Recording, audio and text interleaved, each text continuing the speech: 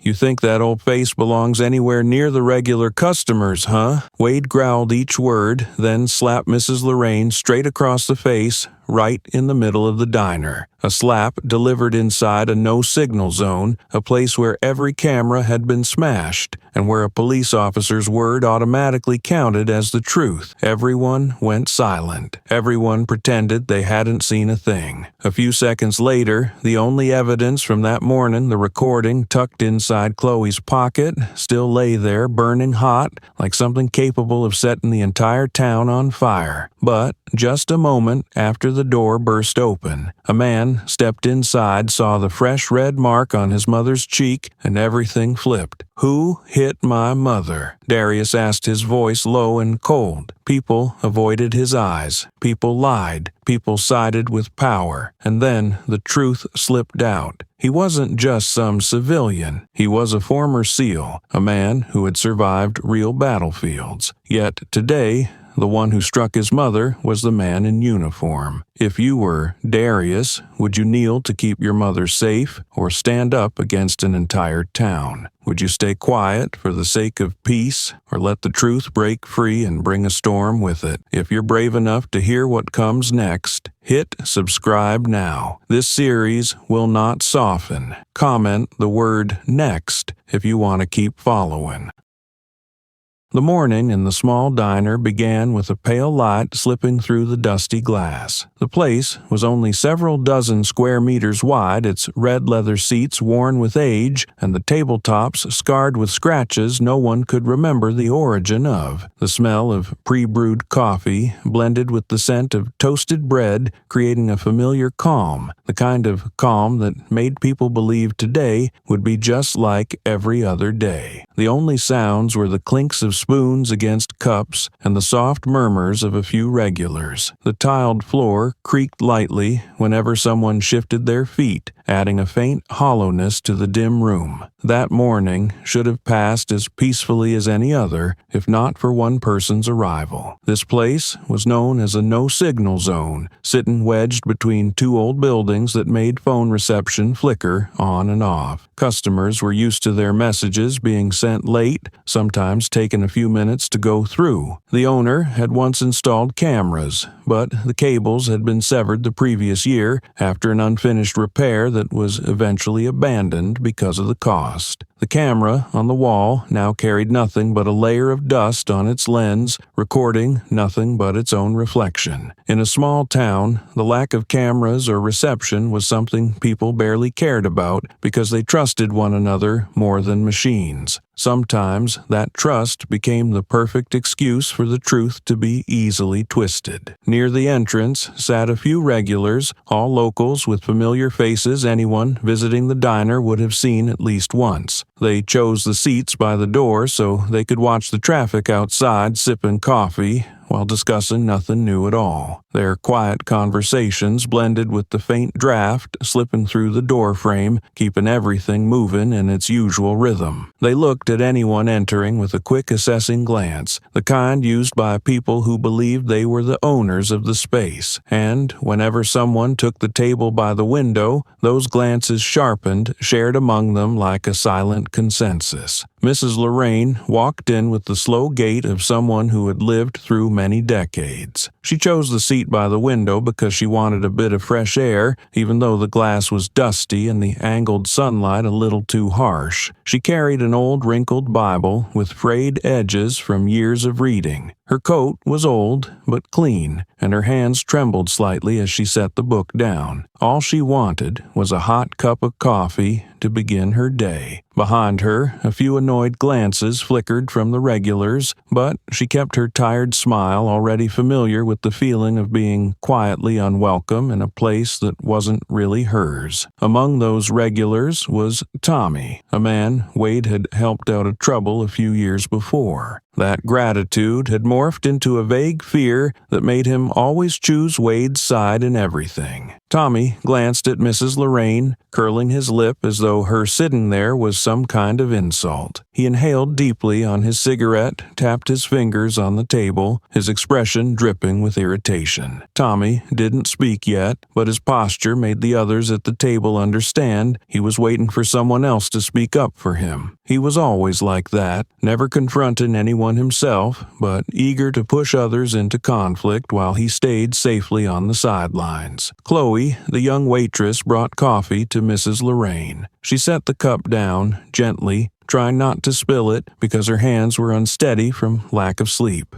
In her apron pocket lay a phone with the recording function running a habit she had developed after the owner repeatedly blamed staff whenever an order got mixed up. Chloe had turned it on at the start of her shift to protect herself, never imagining it would capture anything else that morning. She glanced at Mrs. Lorraine and offered a small smile, a quiet gesture, but enough to warm the woman amid the cold stares around her. Chloe hurried back to the counter, a strange unease curling in her chest. The door swung open as Wade stepped inside. He wore a police uniform, his boots still dusty from the road, his broad face scanning the room with a sense of ownership. Wade didn't need to speak. His presence alone tightened the atmosphere. His eyes swept around until they locked on Mrs. Lorraine, as though he had spotted something that offended him. The regulars followed his gaze, exchanging slight nods that carried more meaning than any words. Wade walked toward her table, speaking in a calm but firm tone that carried through the quiet diner. He told her to move, because that seat was for regular customers. A sentence delivered softly, but loaded with dominance. Mrs. Lorraine looked up, trying to stay composed as she explained she only wanted a peaceful moment with her coffee. She hadn't disturbed anyone, and she didn't understand why she had to move. Her gentle response earned a few irritated scoffs from the regulars. Tommy leaned his elbow on the table,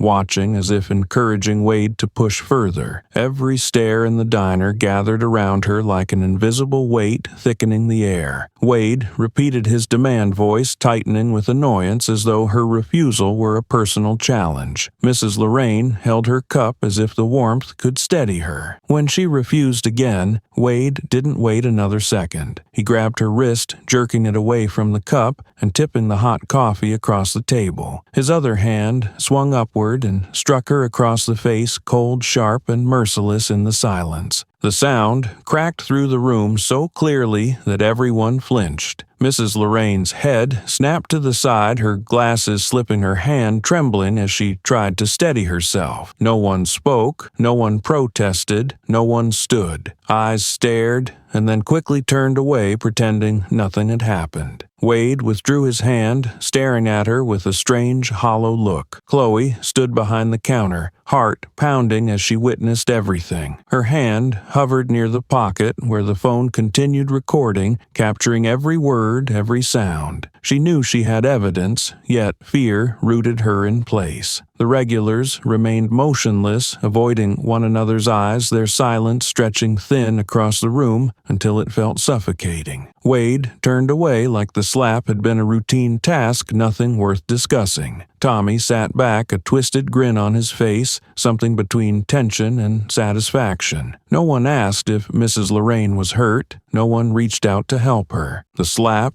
echoed inside a place without phone signal, without working security cameras, without any connection to the outside world. It was as if everything was sealed inside an isolated shell, making Wade's actions bold, yet difficult to prove. If no one spoke up, the slap would vanish as though it had never existed. Mrs. Lorraine placed her hand on her cheek, staring down at the table, her expression caught between shame and pain. Outside the window, sunlight continued to fall as if nothing had happened. The only person torn between fear and conscience was Chloe, realizing how easily truth was being swallowed by silence. The slap was buried inside a space without signal and without cameras, and if everyone continued to stay silent, it would disappear as though it had never happened at all. The doorbell chimed softly through the heavy atmosphere of the diner. People usually paid little attention to such a small sound, but this time every gaze turned toward it on instinct. Felt as if everyone was waiting for something to happen, though no one dared to say it aloud. Faces that had been pretending to stay calm suddenly froze as if caught in the middle of a secret not yet fully covered. Wade shot a glance toward the door while Tommy narrowed his eyes with a mix of caution and unreadable intent. Chloe stood behind the counter, her hand still resting on the dish towel without realizing she had stopped moving. The entire diner fell silent enough for the soft click of the glass door closing behind the newcomer to be heard clearly. Darius stepped into the doorway with an oddly composed presence, even though his eyes were sweeping the room in the search of his mother. He wore a deep navy suit, his posture straight from long years in a disciplined environment. His footsteps were firm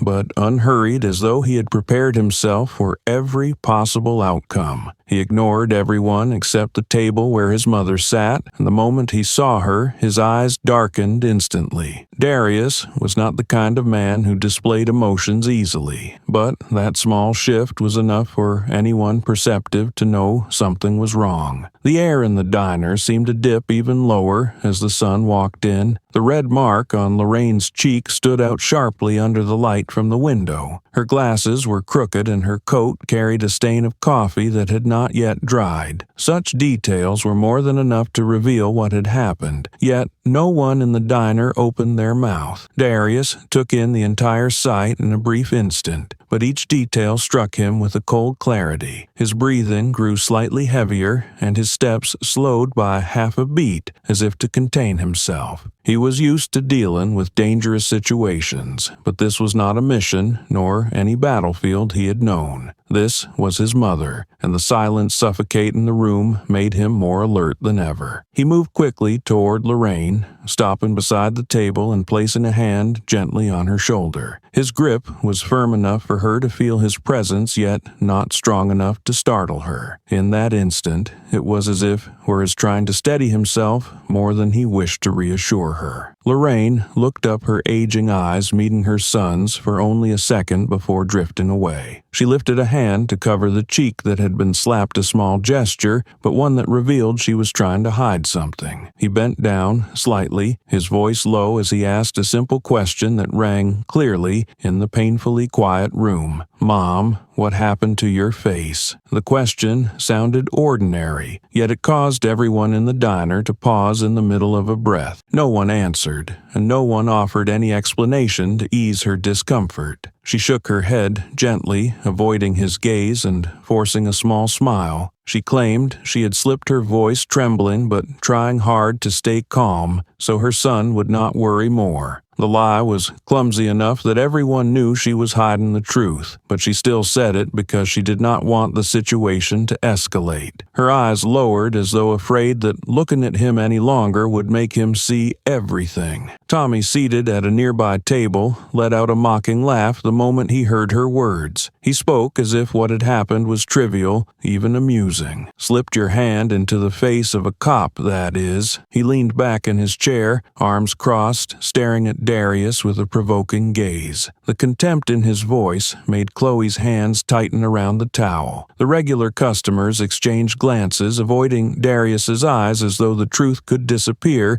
if no one acknowledged it. The atmosphere thickened as Tommy's laughter echoed through the room. Darius slowly lifted his head, his eyes landing on Wade for the first time. The silence of the entire diner seemed to clear the path for the question that left his lips steady, deliberate, and without a hint of trembling. "Who hit my mother?" It was not a shout nor a threat, but a question, carrying enough weight to make those nearby shrink in their seats. Wade stood only a few steps away, arms crossed as he stared back at Darius like he was waiting to see what the man would do. His gaze did not dodge, but carried the confidence of someone who believed the crowd would side with him. The other regulars sat still, trying desperately to maintain neutral expressions, as if the situation had nothing to do with them. No one answered the question, yet the silence itself spoke more clearly than any words could. Chloe looked toward Lorraine and saw her trembling lightly, her small shoulders seeming ready to collapse into the seat. The The woman's eyes pleaded silently, begging for the situation not to turn dangerous. Darius remained standing tall, his gaze fixed on Wade while Wade maintained his indifferent stance as if the earlier incident had been nothing out of the ordinary. Tension spread to even those who had never imagined they would witness such a moment on a normal morning. Everyone sensed that what was coming would not be simple. The silence stretched for several seconds, slowly turning into a sound so loud it swallowed the entire room. No one knew what would happen next. They only felt Darius's question hanging heavily in the air like a blade waiting to drop. Chloe swallowed hard, her hand drifting unconsciously toward the phone that was still recording. Tommy glanced at Wade, then back at Darius, his earlier smirk fading. Lorraine placed her hand on the table, trying to hold herself steady, but unable to hide the worry spreading through her. The small diner suddenly felt too cramped for all the emotions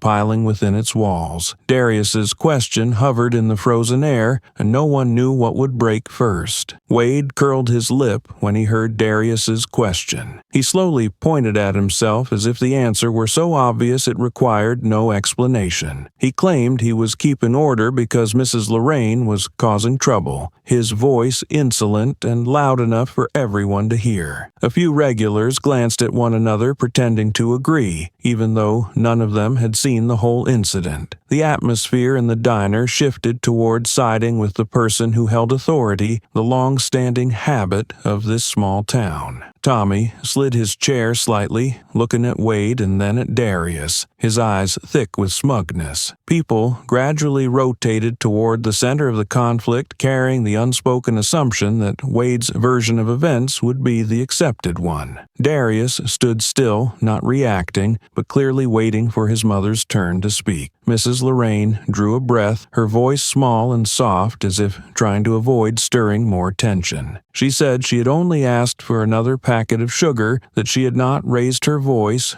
or insulted anyone. Her calmness made a few people in the diner shift uncomfortably, but none of them spoke. From behind the counter, Chloe watched her, noticing how the fine lines around her eyes seemed deeper, carved by a sadness that had not yet faded. Darius tilted his head toward his mother, and that look made her even more self-conscious, as though she felt guilty for not being able to defend herself. People began adjusting how they sat, each one trying not to get involved in anything connected to the police. The air tightened, making every word she spoke feel too small under the weight of judging eyes. But she kept her voice steady, like someone long accustomed to enduring unfairness. Tommy jumped in as soon as she finished, his voice suddenly louder than usual, as if trying to drown out everything Mrs. Lorraine had said. He brought up an old story about how Wade had once saved him from a big mess, implying he owed Wade and would support him no matter the reason. He insisted the entire diner had heard Mrs. Lorraine yelling and pointing at Wade's face, even though in reality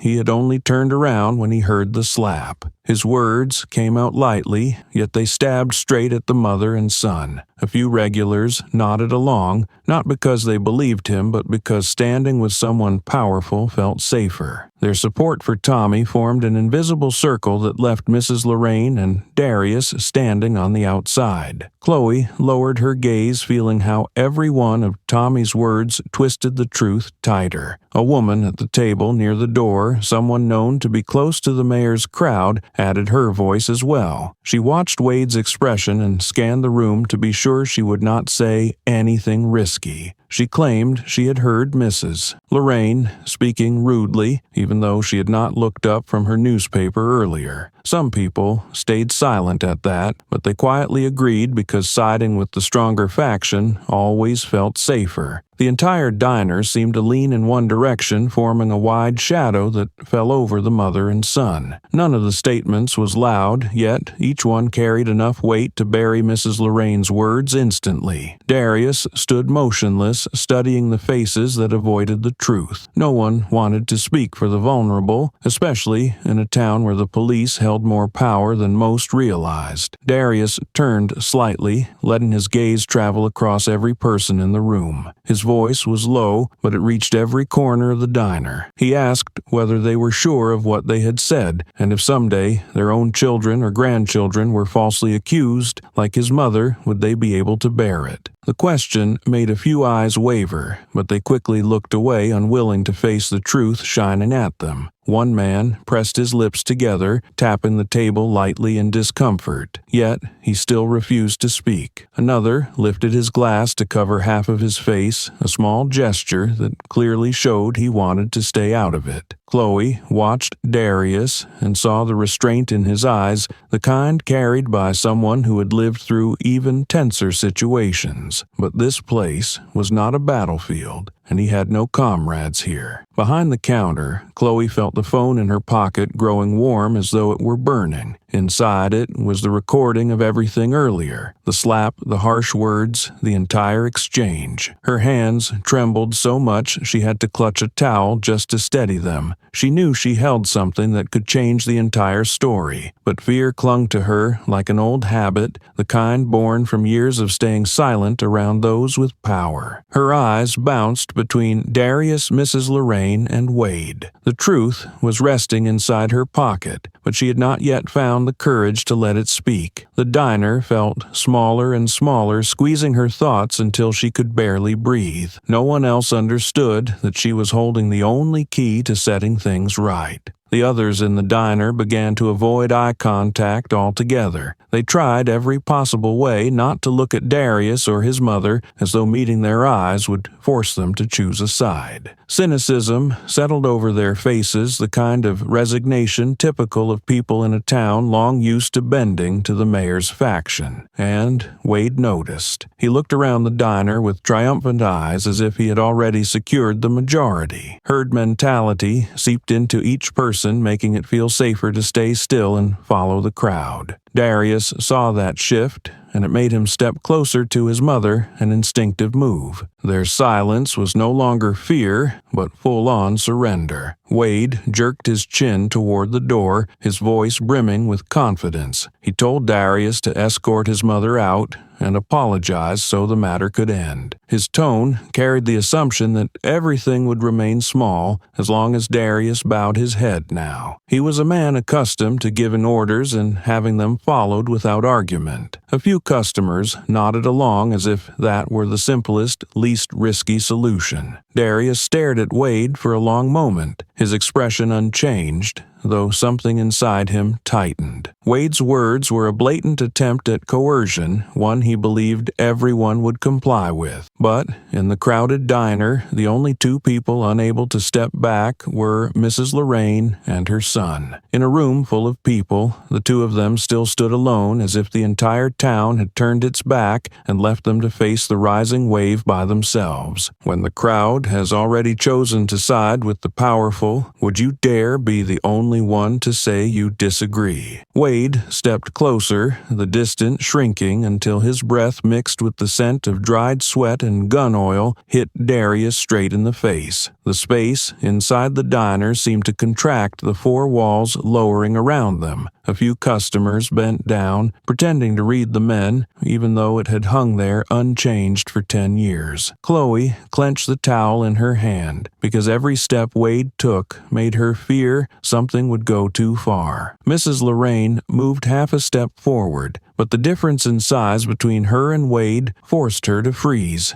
Darius looked straight at him, staying in place so he would not scare his mother. The others watched from the corners of their eyes, waiting to see which way the situation would slide. Wade glared, his voice slamming through the diner like a fist on a table. He said that in this to WN, the police's word was the law, and he asked Darius if he even understood the meaning of law. Tommy let out a small laugh, the sound acting like fuel for Wade. The mayor's supporter pulled her chair closer to her friend, whispering behind her hand. Darius did not step back, though caution flashed clearly in his eyes. A beam of dusty sunlight from the window fell across his shoulders, tightening the atmosphere as if framing the moment before a spark ignited. Chloe stared at Wade's hand near his belt, where the gun rested inside a black holster. A sense of unease swept through the diner like a draft slipping under a door. Darius responded immediately, his voice low and clipped. He asked what kind of law allowed beating an old woman over a chair. The question cut into the air, making a few customers flinch, though none dared speak. The mayor's loyalists were known for siding with strength, so no one opposed Wade. Tommy shot Darius a look, lips curling in a provocative smirk. Mrs. Lorraine watched her son, her face tight with worry. Darius kept his tone calm, even as a hot current pushed at the edges inside him. The way he spoke clearly irritated Wade. The standoff between the two men dragged the entire room downward like a sinking weight. Tommy jumped in at the perfect moment, his words slicing into the tension stretching between them. He threw out a slur that made the diner hold its breath all over again. A few regulars raised their eyebrows but stayed still to avoid trouble. Wade glanced at Tommy with an unreadable expression, but he did not stop him because that remark pushed Darius even further from calm. Chloe noticed Mrs. Lorraine tremble slightly at the words, a tremble born not of fear, but of the sting of insult. Darius turned toward Tommy for a brief second. Then his eyes locked back onto Wade as if deciding who they were truly dealing with. Tommy's comment fell onto the diner floor like a stain that would not wash out. Mrs. Lorraine reached for her son's wrist. Her hand was much smaller and weaker than his, yet the gentle pull carried a plea he could not ignore. She told him she could just leave, that he should stop arguing. Her voice was not loud, but exhaustion weighed inside it. Exhaustion from a morning already too heavy. Some customers looked at her, then at Wade, waiting to see how he would react. Her eyes swept across their faces, not accusing, but searching for something reasonable among them. Darius bowed his head slightly toward his mother, listening but not agreeing. Between them hung the fear she carried that she did not want him to endure another shred of humiliation. Darius leaned closer, speaking just loudly enough for her to hear. He told her she had done nothing wrong, and he would not let her walk out of this place after being treated that way. His breathing slowed as he fought to maintain control. Mrs. Lorraine looked up at him and saw that familiar stubbornness that appeared whenever he tried to protect someone. Chloe forgot the spill on the table as she watched, struck by the contrast between the mother's gentle demeanor and the restraint coiled tight inside Darius. The diner, small as it was, suddenly felt like it held only the two of them standing within an invisible circle. Everyone watching could feel the grief and pressure gathering in the room. Wade jabbed a finger into Darius's chest hard enough to press the fabric into his skin. He asked if Darius thought he was some kind of hero, and repeated his home address as an open threat. The nearby customers recoiled, some sliding their chairs back to avoid being caught up in it. Tommy frowned, but stayed silent, eyes fixed on the men like he was watching a show. Wade used his larger frame to crowd in, closing the space between them to barely half an arm's length. Darius did not step back, but angled his shoulders slightly to avoid Wade's heavy breath. Their eyes locked, a battle of will unfolding in the same diner that was normally calm every morning. Wade leaned toward Darius's ear, his voice dropping even lower. He said that if Darius knelt and apologized, he might reconsider, but if not, his life was as good as over. The words made the air in the diner freeze for a heartbeat. The mayor's usual supporters glanced at one another, though none dared side with or against him. They sat still to keep themselves out of danger. Chloe brought her hand to her mouth, gripping the towel tightly, because she knew things had crossed a threshold. Mrs. Lorraine rose halfway from her seat, but stopped herself, afraid she would make things worse. Darius stared straight into Wade's eyes, clarity on the surface, but something far more dangerous stirring underneath. The pressure on him tightened, hardening his shoulders as if he had reached the final line he could not cross. Surrounded by threats, a gun, and the eyes of everyone in the diner, Darius stood on a razor-thin boundary where even the slightest shift could change the fate of both him and his mother. Darius stood facing Wade, the distance between them only a few steps, but stretched tight like a cord that could snap at any moment. His eyes flicked to the gun at Wade's hip, realizing it was not just a weapon, but the excuse everyone was waiting for. One wrong reaction, one unconscious movement, one shift of his weight at the wrong time would be enough to turn every accusation onto him. The whole room felt compressed so heavy that even breathing seemed like something that had to be calculated. No one sitting nearby needed to speak. Everyone knew Wade and his men were simply waiting for him to fall into their trap. Darius understood that, and he understood that his mother stood right behind him, surrounded by eyes that had chosen their side long before. He stayed still, though inside his mind ran with calculations like the echo of military footsteps from a past life. He drew a deep breath and looked at his mother. Lorraine stood beside him, her small hand cold with fear. He felt that trembling travel into his own palm like a current that choked him. It was not because he was weak, but because he never wanted his mother to witness this, never wanted her to see her son pushed so far he had to consider kneeling. Yet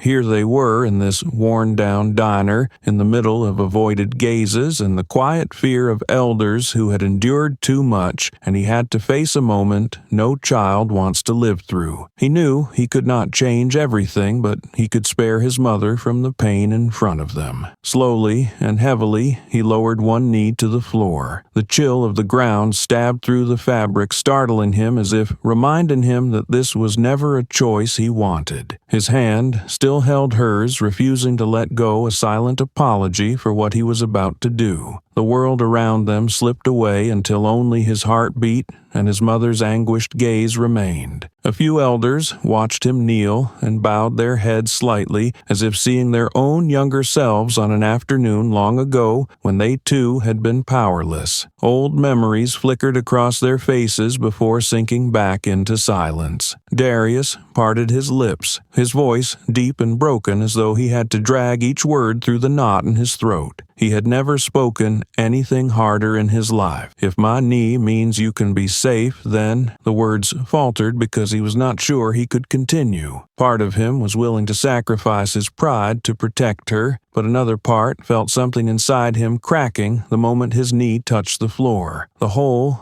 diner seemed to hold its breath, waiting for him to finish, waiting for the moment a soldier who once stared death in the face now bowed before a man drunk on authority. The silence grew so heavy he could hear his own breathing. But before he could finish, Lorraine's small hand jerked his arm. The pull was not strong, yet it froze him in place. Her voice cut through the room sharp and clean like a blade. "Stand up." It was not loud, but it carried deep, shattering the silence like lightning splitting the air. Darius looked up, startled by the steel in her eyes. She was not as fragile as people believed. After years of living in this town, enduring the stares, the muttered slights that chipped away at a person's spirit, she still held something unbreakable within her. And today, that strength rose on behalf of her son. She turned to Wade, her gaze unwavering. "My child will not kneel for the man who struck his mother." Her voice was low but clear, each word falling to the floor like shards of glass, forcing everyone to confront their own reflection. Her sentence was not only to defend Darius, but to remind the whole diner that endurance stretched too long could ignite into a moment no one expected. Wade stood still, the mocking smile on his lips slowly draining until only a tight, irritated line remained. He had not expected Lorraine to speak like that,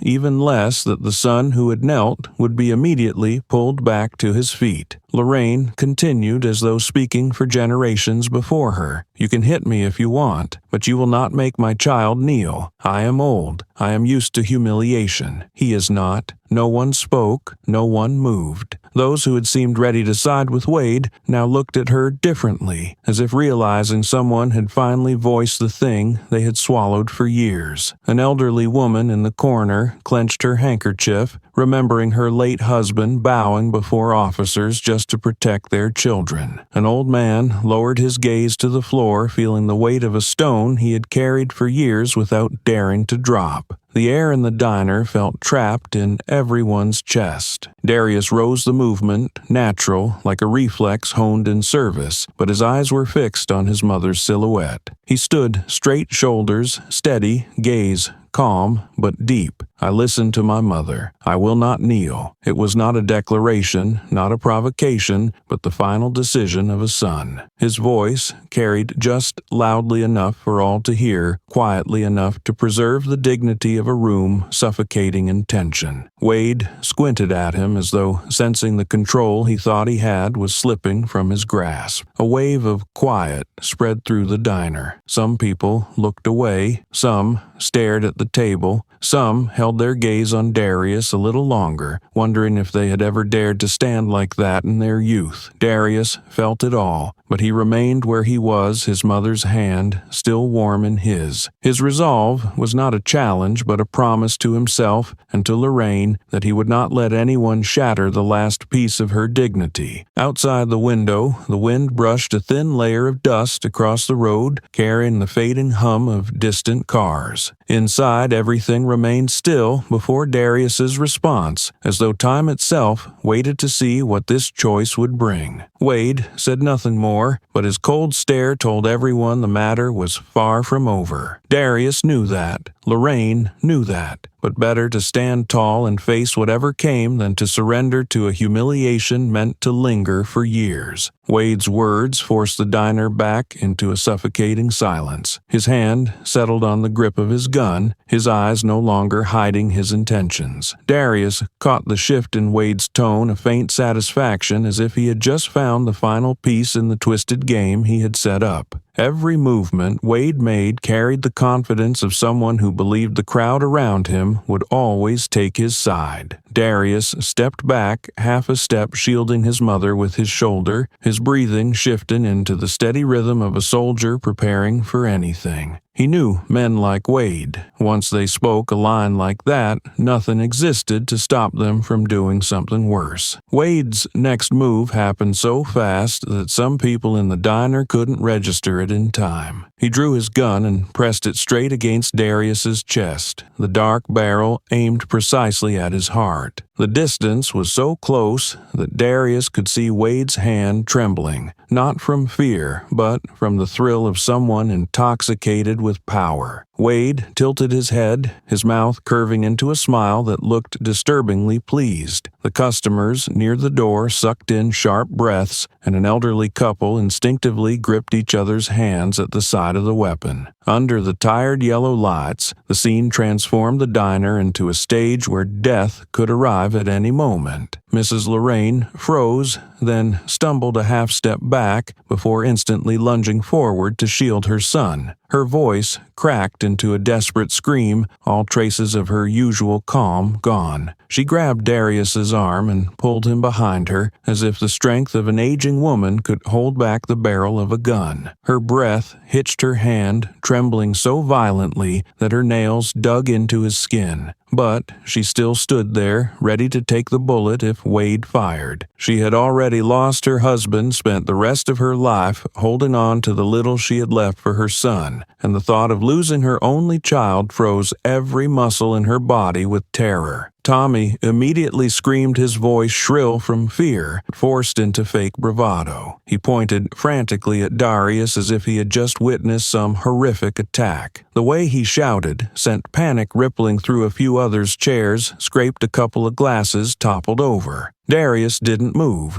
but Tommy's frantic accusations warped the truth like ink spreading through water. The regulars, loyal to the mayor, stared at Darius as if he really were the one who had tried to grab the gun. With only a handful of words, the truth, twisted, instantly stirred the way someone might churn the surface of a pond with a large spoon. Wade kept the gun raised as though rehearsing the explanation he would later give at the hearing he fully expected. He spoke in a flat, cold tone, loud enough for everyone to hear. A big guy lunged at a cop to steal his gun. I fired in self-defense, and the paperwork will say exactly that. The lines came out smooth prepared, as if they were stored in his pocket. He didn't need anyone to believe the truth. He only needed a few heads to nod in support of his version. The tiny diner felt like it had been shoved into a world where the man holding the gun automatically dictated what was right. Darius could feel every path of escape closing around him like the slow shut of steel doors in a prison. The barrel lifted by the smallest degree, but enough for Darius to know time had run out. He saw Wade's facial muscles tighten in the familiar way men do right before pulling the trigger. In that brief moment that only special operations soldiers could recognize, Darius assessed the rhythm of Wade's breath, his stance, the angle of his arm. He knew he had no choice left. A wrong move could put his mother in the line of fire, but standing still meant accepting the fate Wade had already written for him. His body shifted from stillness into motion like a sudden gust sweeping through the tables. Darius spun to the left, slipping out of Wade's aim in a single sharp movement. His hand caught Wade's wrist exactly the way military training had taught him. The maneuver was both precise and safe. Its purpose was to redirect the gun and lock the arm. Wade didn't react in time and stumbled off balance. Half a breath later, Darius delivered an upward punch measured controlled enough to break Wade's hold without shattering his jaw. He used force discipline, striking at the point that would drop Wade without causing serious injury. It wasn't the move of someone trying to win, only someone trying to survive. Wade fell backward, his legs slipping on the floor smeared with spilled coffee and water. His thigh slammed against the edge of a table, knocking him down with a choked cry not loud enough to drown out the chaos erupting around them. The gun flew from his hand, spinning once before sliding across the tile toward the feet of an elderly man. The man jerked aside his hands, shaking as he nudged the weapon farther away with the tip of his shoe. The action seemed instinctive, as though he understood too well how that piece of metal could destroy an entire family. The diner exploded into screams. Chairs clattered to the ground, and people near the door shoved each other in panic, nearly ripping the hanging curtain. A young woman at a nearby table dropped her spoon, the metallic clang echoing far too long. No one knew whether to run, stay still, or call the police, because the police were the ones who had caused all of this. Some people ducked under tables, covering their heads. The smell of spilled coffee mixed with the metallic tang from the gun barrel, making the air feel heavier, harder to breathe. Within seconds, an ordinary diner had transformed into the tense scene of an armed confrontation. Darius stood at the center of the chaos. Beside him, Mrs. Lorraine stumbled back a few steps, clutching her chest from the shock. He wanted to reassure her, but couldn't leave his position because Wade, though knocked down, was still conscious enough to scream, accuse, and seize the final excuse he needed to twist the narrative. Darius understood exactly what awaited him next. The punch that had just saved his life in that fleeting moment was also the same thing that Wade needed to paint him as the aggressor who had assaulted an officer. In a few brief seconds, Darius had escaped the bullet that could have killed him. But he had also handed Wade the perfect excuse to blame him. In those same few seconds, he had saved his own life and given Wade everything he needed to turn him into the man who punched a cop. The distant wail of a siren reached the diner like a cord, yanking everyone out of the chaos still hanging in the air. The blue and red flash of the special patrol car swept across the dusty front window, leaving smeared streaks of light as if marking a scene about to be framed. The car screeched to a stop at the curb, startling several customers into dropping their spoons. No one knew who had called nor why the patrol arrived so quickly, but everyone sensed something was unfolding exactly the way someone in the room intended. The door swung open as the siren died, a blast of cold wind rushing in and making those seated near the entrance pull their shoulders in. Nolan entered with the bearing of someone used to walking into disorder without letting emotion show. Dust still clung to his coat proof he had driven through several blocks around town before arriving. His eyes swept the room lightly, as if counting how many pieces needed arranging. Wade was being helped up by two regulars pretending to limp as though he had barely escaped grave danger. Nolan frowned slightly, but said nothing, letting his gaze rest only half a second on Wade's reddened face before shifting toward the center of the diner. The picture before him was incomplete, but messy enough for him to understand he had stepped into trouble. He broke the silence with a question sharp as a blade. Who threw the first punch? The words landed heavy, and before the pause could fill, Tommy jumped in as if he had rehearsed it all morning. He pointed straight at Darius, his face flushed with fear and eagerness to look loyal. Him. He charged at Wade and tried to grab his gun. His breath came fast, blending with whispers rising from a few regulars behind him, turning the accusation into something that sounded solid, even without a shred of proof. Nolan did not react immediately. He let Tommy's words hang in the air as if testing whether they could stand on their own.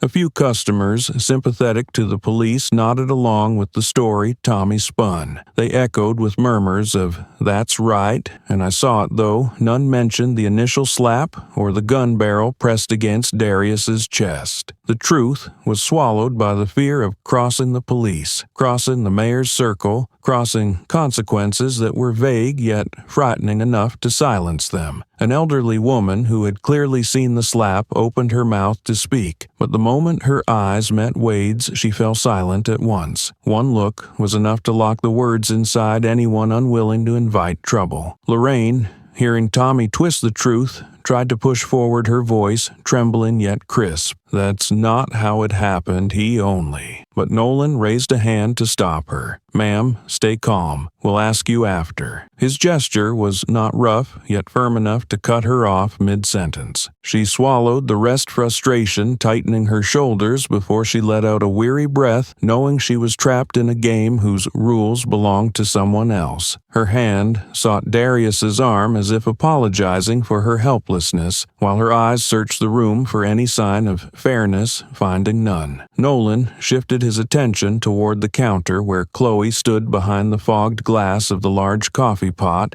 as if using it to shield her fear. Her head was bowed so low, her hair covered half her face, her hands pressed together under the counter as though keeping them from trembling. Nolan watched her a little longer and recognized that her silence was not mere shyness. It was the silence of someone who knew part of the truth but kept still because fear had grown larger than conscience. His gaze softened for a moment. He understood that if she stayed quiet, everything would fall neatly into the path someone had laid out from the start. He exhaled slowly, the way a man does after reaching the same kind of crossroads too many times in his life. Pressure from higher-ups in recent weeks had made it clear to him he no longer had much room to choose. He needed to follow procedure if he wanted to avoid scrutiny, investigation, or worse, being pushed out of the deputy chief's seat. Others were already eyeing. He stepped in front of Darius, his voice steady but weighed down. "Darius Brooks, you're being detained for assaulting an officer in the line of duty." The statement landed with the finality of a stamp on a document, even though he himself felt the wrongness in it. Darius looked straight into Nolan's eyes, not challenging but measuring. After a brief moment, he slowly brought his hands forward. No jerking, no stepping back, no protest. His voice was even almost soft, yet it reached every person in the diner. "I'll go, but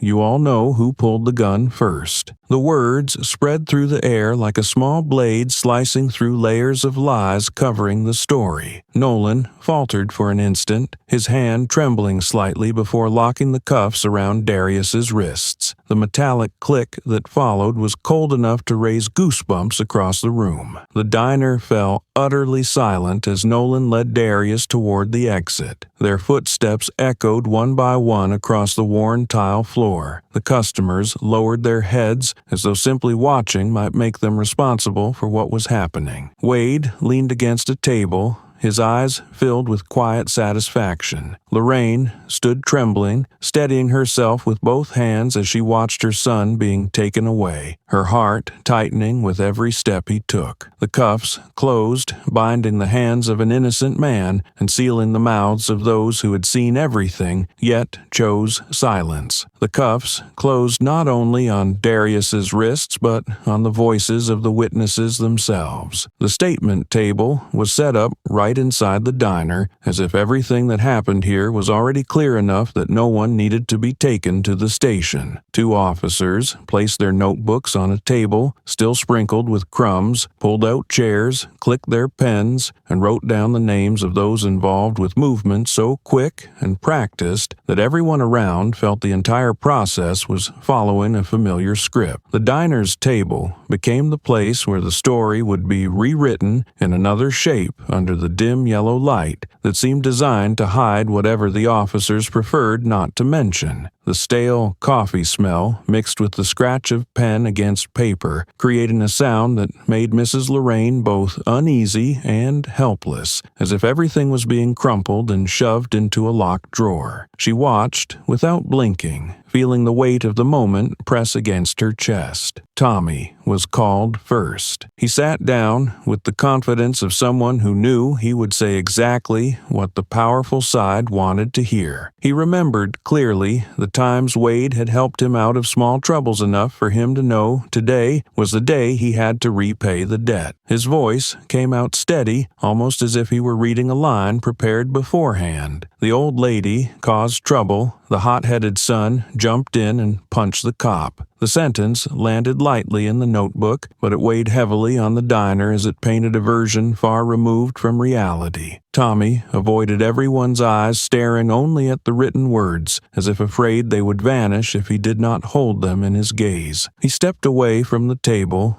wearing the satisfied expression of someone who believed he had done his part. A woman, aligned with the mayor's faction, was invited up next. She sat upright, adjusted her scarf, and placed a hand on her chest, as though she were the only one protecting purity in this situation. Her voice trembled in a way meant to mimic fear. I heard her say some awful things. I was so scared I didn't even dare look. The words were light, yet the arrow inside them shot straight into the image of Mrs. Lorraine in front of everyone. A few scattered glances shifted toward her, not out of belief or doubt, but because people felt compelled to accept whatever sounded most convenient. The officer nodded and scribbled quickly, asking no follow-up questions, requesting no specifics. Everything moved forward with a suspicious smoothness, as if greased by intention. Mrs. Lorraine could no longer bear it. She stepped toward the table, her hands clasped tightly together to keep herself steady. Her voice rose honest to a degree that made anyone with even a shred of conscience fall silent. I didn't curse anyone. I only said, "Don't touch me. That's all." Her eyes fixed on the notebook, hoping the officer would look again at the truth being bent in front of him. But the pen in his hand moved only slightly before stopping writing just enough to appear as if he had not ignored her. She watched the shallow stroke of ink and felt a heaviness settle in her chest, realizing her words had no weight against the voices already crafted to fit the narrative. When the notebook slid to the next person, there were still no questions for Mrs. Lorraine beyond a few procedural inquiries. No one asked for clarity. No one asked for details. No one asked for reason. Pieces of truth were left behind like scraps fallen from a page that no one bothered to pick up. Mrs. Lorraine stood silent, her shoulders sinking,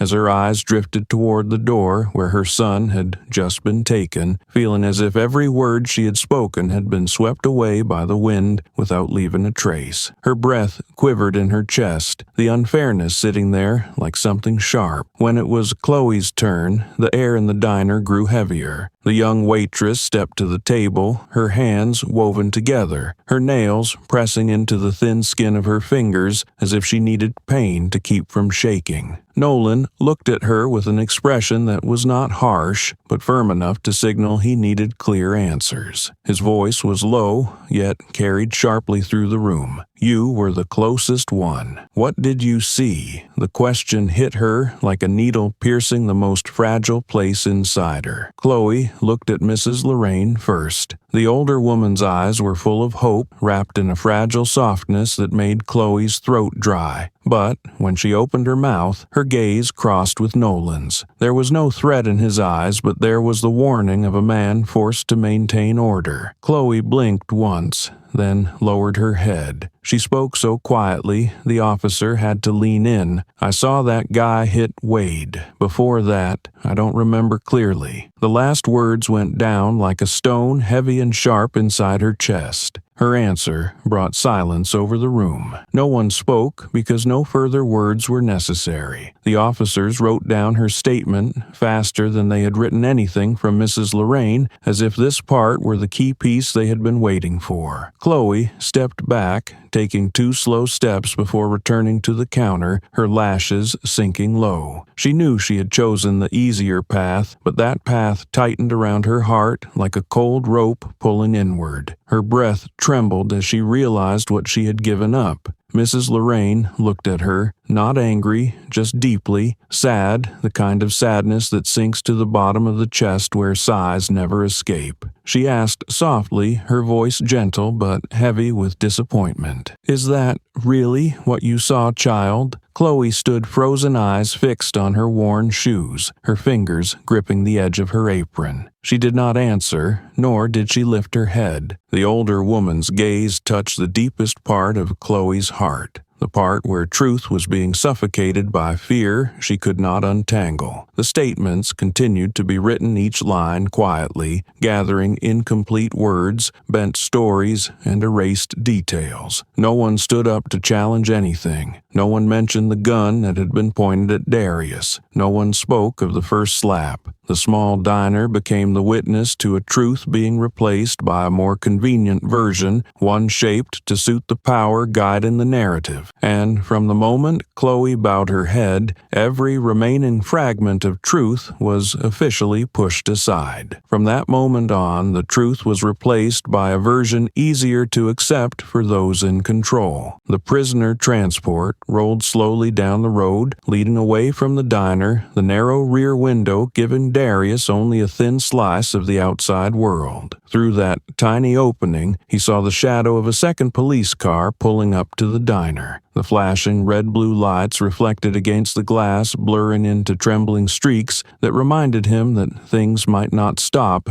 at a simple scuffle. Darius leaned his head back, forcing his breathing to slow so he would not slip deeper into the rising anger. Every faint echo from behind him felt like a cue in a play where his role had been chosen long before he stepped on stage. He looked out at the road, estimating the distance from the station to the diner with the instincts he had sharpened in the military. It took him only a few seconds to notice something off. The first cruiser had arrived far too quickly for a regular patrol unit coming from the station toward the outskirts. Too quickly, too conveniently, making him think about the pieces beneath the surface of what had just happened. He settled into the seat, his eyes drifting back to the small window as he tried to calculate whether he had been pulled into something the moment he walked through the diner door. The road ahead receded, but his suspicion pressed forward clearer with every second. When they reached the station, he was led past a hallway where a surveillance map was mounted. The blue glow from the monitors washed across the wall, turning the red dots marking each location into blinking sparks, tracking every corner of town. Darius paused for half a second. On the screen, he saw the diner marked as one of the continuously monitored points. A chill ran along his spine as if something had been pointed at him even before the incident began. The officer urged him forward, but that image stayed pinned in his mind, a reminder that the diner had never been as unnoticed as everyone claimed. He remembered the camera on the diner's doorway. That morning, its red indicator light had been completely dark, lifeless, like a forgotten decoration. It was nothing like the steady blinking dots on the surveillance map. One device dead, yet the central system still tracking that point, an inconsistency he could not shake. He bowed his head slightly as he walked, threading together the scattered details. If the diner's camera had been offline beforehand,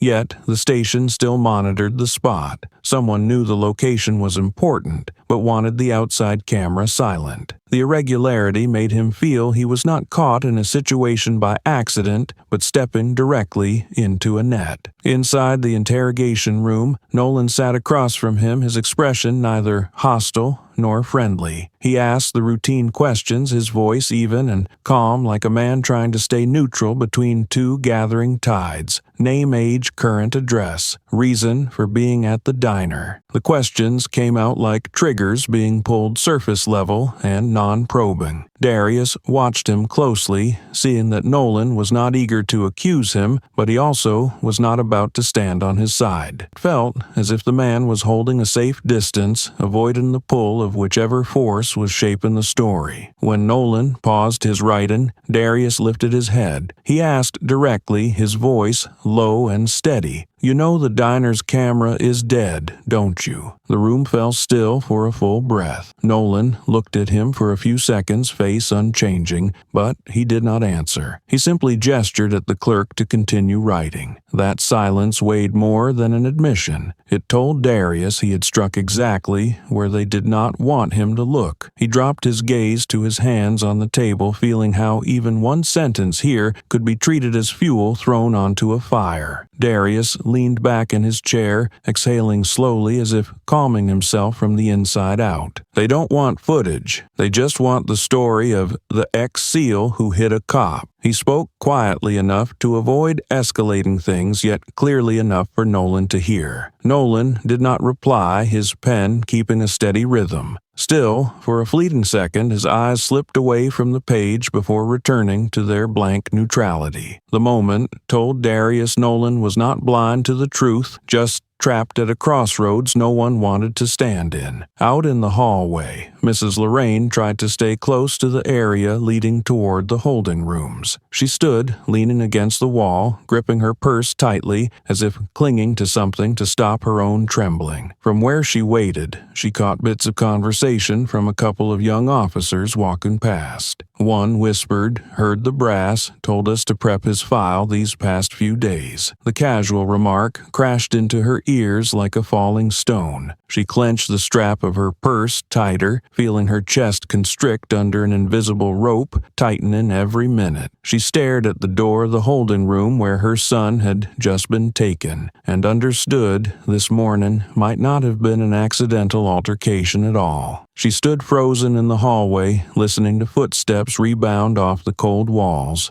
Darius was somewhere behind a door, while she stood here piecing together stray words, sidelong glances, and subtle signs. Each fragment sharpened the thing she had been afraid to imagine her son might already have been drawn into a plan set in motion long before. She lifted her chin, looking through the frosted glass of the station, hoping for a sliver of light to reassure her. But outside lay only the gray of a sinking afternoon, and the heavy sense that the entire town was turning away from the truth. The scattered pieces were beginning to link, forming the outline of a trap laid long before Darius set foot back in the town. The hallway of the station lay under a wash of pale yellow light, a glow that made everything look older, more worn, as if the walls themselves had witnessed far too many things no one wanted to speak of again. Lorraine was told to sit and wait on a wooden chair placed against the wall right outside Nolan's office. The door was only slightly closed, the small gap as thin as a thread, just enough for her to hear the steady whir of the ceiling fan and the soft rustle of papers inside. She intended to sit quietly, following instructions, but the voices inside carried farther than she expected. She tilted her head a little, not out of intention to eavesdrop, but because the sounds simply reached her first. From inside, Wade's voice came up first, dripping with amusement, as if everything that had happened that morning was nothing more than a casual game. He spoke loudly, his tone swaying with the confidence of someone who believed he had already won a bet too easy to claim. "I thought he'd lose his mind the second he saw the old lady get slapped." Each word hit Lorraine like another sting on her already aching pride, freezing her in place. Her whole body seemed trapped in a half-drawn breath, a chill running down her spine. She gripped the edge of the chair, feeling it tremble beneath her, as if reacting to the laughter of the man who had pushed her son straight into danger. Then Nolan's voice followed, low and heavy, the voice of a man who had gone too far to turn back, yet lacked the courage to admit it aloud. He answered, but he threw a punch in the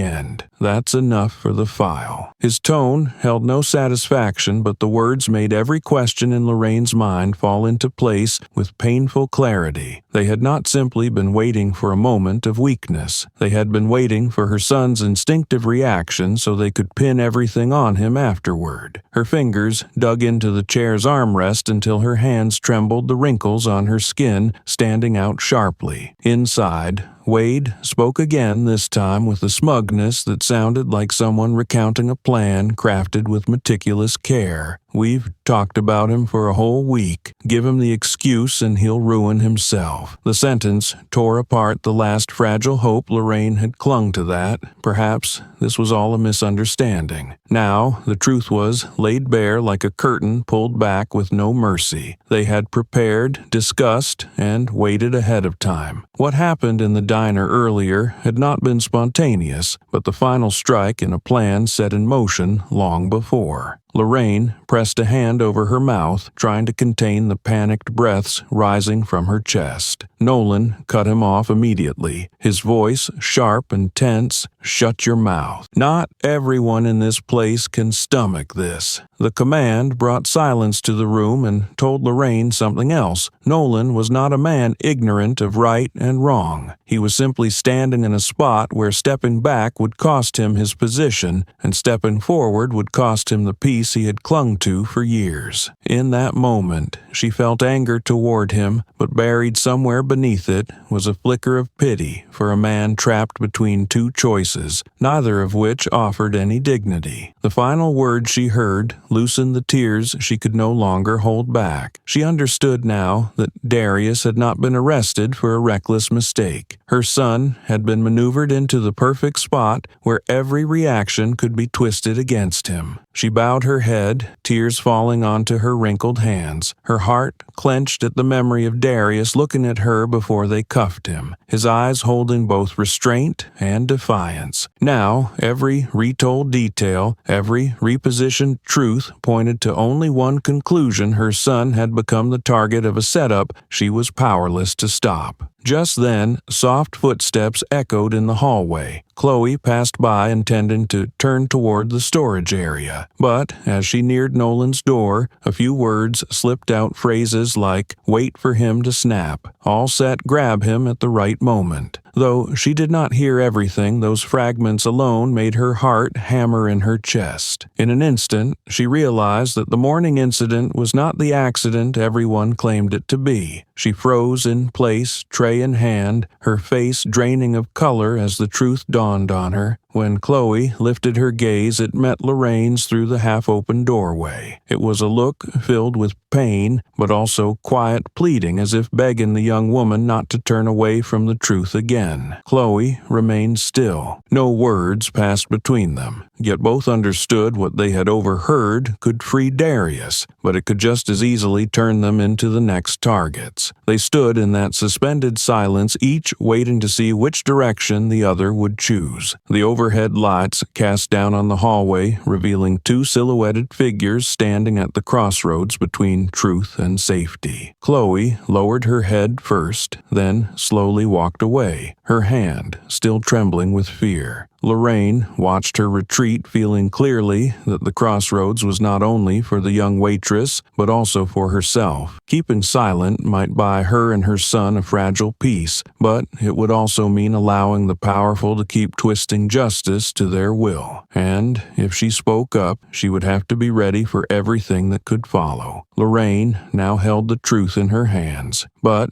it was a truth that could demand a heavy price from her and from the whole town. If you overheard people plotting to trap your child, what would you do? First stay silent and gather more evidence, or burst in and expose them on the spot? The morning in the town was always as quiet as a still lake, yet today a few unexpected figures appeared in front of the police station. 3 or 4 elderly silhouettes' backs, slightly bent coats worn thin at the shoulders, hands carrying rustling plastic bags. They stood at the steps exchanging looks as if they had agreed on this beforehand, though none of them spoke. Their old footsteps moved slowly but firmly as they entered the lobby one by one. The duty officer looked up, not yet speaking, before an old man placed a basket of fruit on the counter, his breath trembling in that subtle way age tends to bring. The atmosphere paused for a moment, as if their presence alone shifted the room's air. The old man adjusted the lid of the basket, his voice raspy from years of smoking, yet clear in every word. "For Mrs. Brooks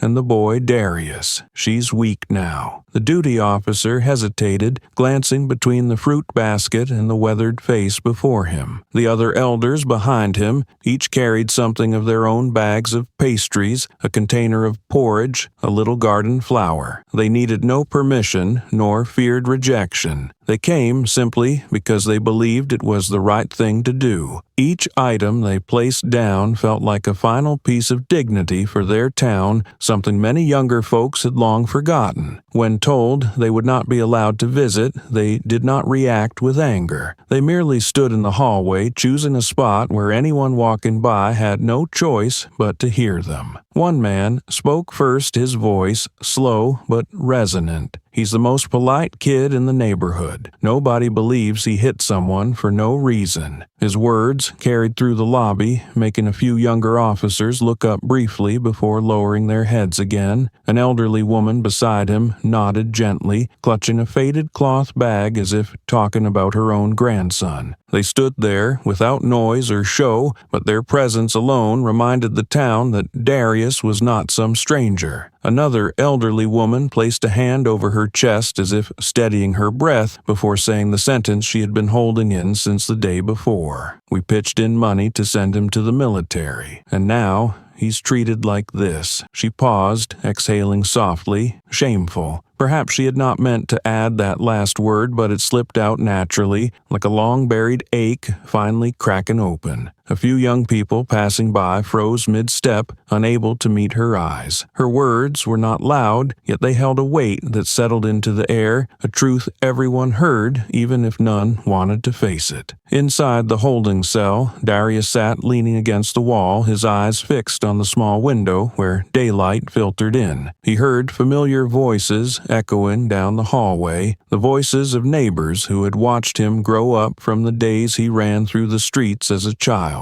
When he recognized the old man calling his name, his eyes burned unexpectedly, though the smile that reached his lips was soft and somber. He let his head rest deeper against the wall as if trying to absorb the warmth carried through those fragile elderly voices fighting their way past cold concrete. To him, they were proof that he had not been abandoned. At the far end of the hallway, Wade passed by. He caught sight of the elderly group and scoffed. "Got nothing better to do, huh?" His tone was mocking, but the end of the sentence sounded faintly sour. Beside him, a young officer newly assigned to the station lowered his head and chose not to echo the remark. Perhaps he sensed the words no longer fit the moment. He stood rigid, one hand resting on his belt, unable to lift his eyes toward the elders gathered near the front desk. Something in their expression unsettled him, not because they were wrong, but because they were painfully right. From the upstairs office, Nolan stepped out just as the scene came into view. Through the stairwell window, he saw the 3 or 4 elders standing quietly, holding their plastic bags and fruit baskets, glancing every so often toward the direction of the holding cells. A heavy but familiar feeling dropped into his chest like a small stone falling straight to the bottom of a lake, tiny, yet enough to stop his steps. He knew they could not change Darius's situation, but their presence was the answer to the thing he himself had tried to ignore since yesterday. Nolan held the railing lightly, watching a few seconds longer. His gaze settled on the elderly woman gently patting the back of the old man next to her. The sight drew a long sigh from him,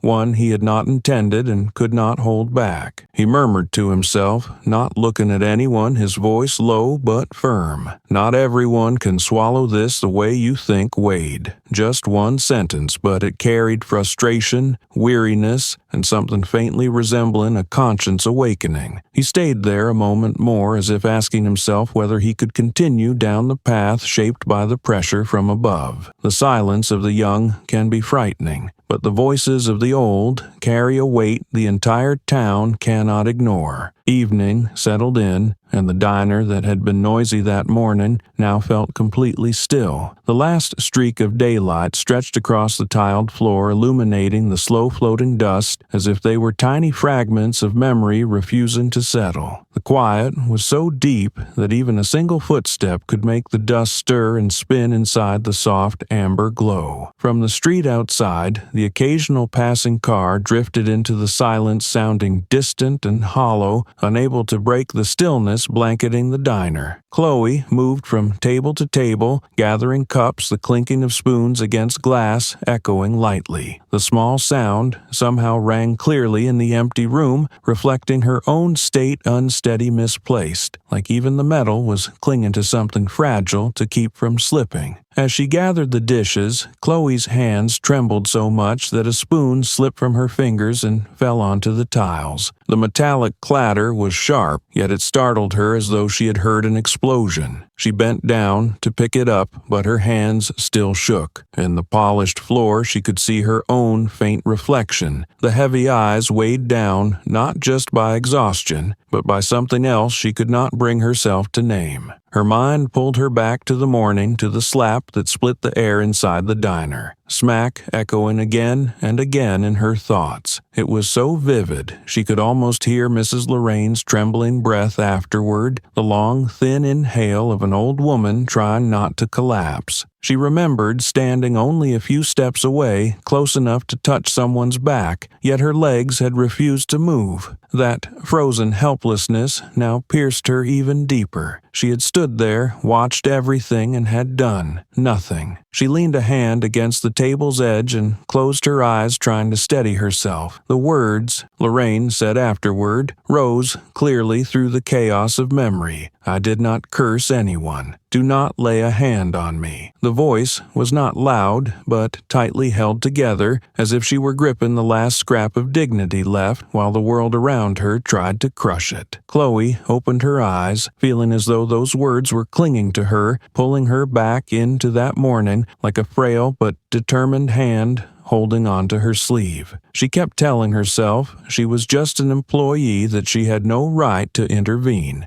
no right to confront a police officer, no right to do anything but serve. And yet the guilt tapped at her chest again and again, steady as a silent clock that never stopped ticking. The diner owner stepped out from the kitchen, wiping her hands on a cloth before tucking it into her apron. She paused when she saw Chloe's uneasy expression, then walked closer. Her hand landed on Chloe's shoulder, warm but weighed with worry, and her voice was soft but clear. "Child, don't get yourself involved. In this town, crossing the police is how you ruin your own life." The warning sounded familiar, like every other caution whispered in a place where people had lived under compromise for so long that silence had become the instinct to keep themselves safe. Chloe lowered her face, her lips pressed into a thin line. She knew the woman was right, in the practical sense. Grown-ups always talked about safety as knowing when to swallow, when to step back, when to avoid. But inside her, something else rose sharper, heavier, a swelling of indignation she almost did not recognize in herself. Chloe lifted her head, speaking softly, yet her voice did not waver at all. I'm not fighting anyone, but watching an old woman get hit and blaming her for it. I can't swallow that." The sentence slipped out gently, but cut like a blade honed over time. The owner stared at her for a few seconds, eyes filled with both surprise and worry, then turned back toward the kitchen without saying anything more. That moment made Chloe feel as though she had stepped past an invisible boundary the one people crossed only when they refused to stay silent for the sake of peace. Her single sentence had shifted the air inside the diner, as if the walls themselves tightened, urging her toward the choice she had been avoiding. She set the tray on the counter, her hand drifting unconsciously to the phone in her apron pocket. She thought of the recording, the file she had turned on at the start of her shift to keep track of orders, which had instead captured the slap, the yelling, the trembling in Mrs. Lorraine's voice. When she replayed it earlier, even the ceiling fan seemed to pause. The air froze. Those sounds, stripped from the moment, were even colder, sharper than when she heard them live. And right after hearing a few muttered words from the hall at the police station, she had already sent the file to her closest friend in case her phone was taken. Thinking of that made her pulse quicken. The recording felt hot in her pocket, as though urging her to act, to do something she had been avoiding since noon. Chloe stood in the middle of the diner, taking in everything the chair still pushed out of place from that morning, the cup with dried coffee clinging to its rim, the last streak of light gliding over the table like a thin stream of water. The room was so quiet she could hear her heartbeat, each beat pounding with a pressure that felt like her own heart, pushing her toward her final decision. She pressed her lips together, finally confronting the thought she had been dodging all day. Maybe I should give this to her. The question broke into her mind, making her hold her breath. It was simple, yet it opened a crossroads with consequences far bigger than anything she had ever imagined. The thought sent a shiver down her back, like a cold current sweeping down her spine. And though she did not say it aloud,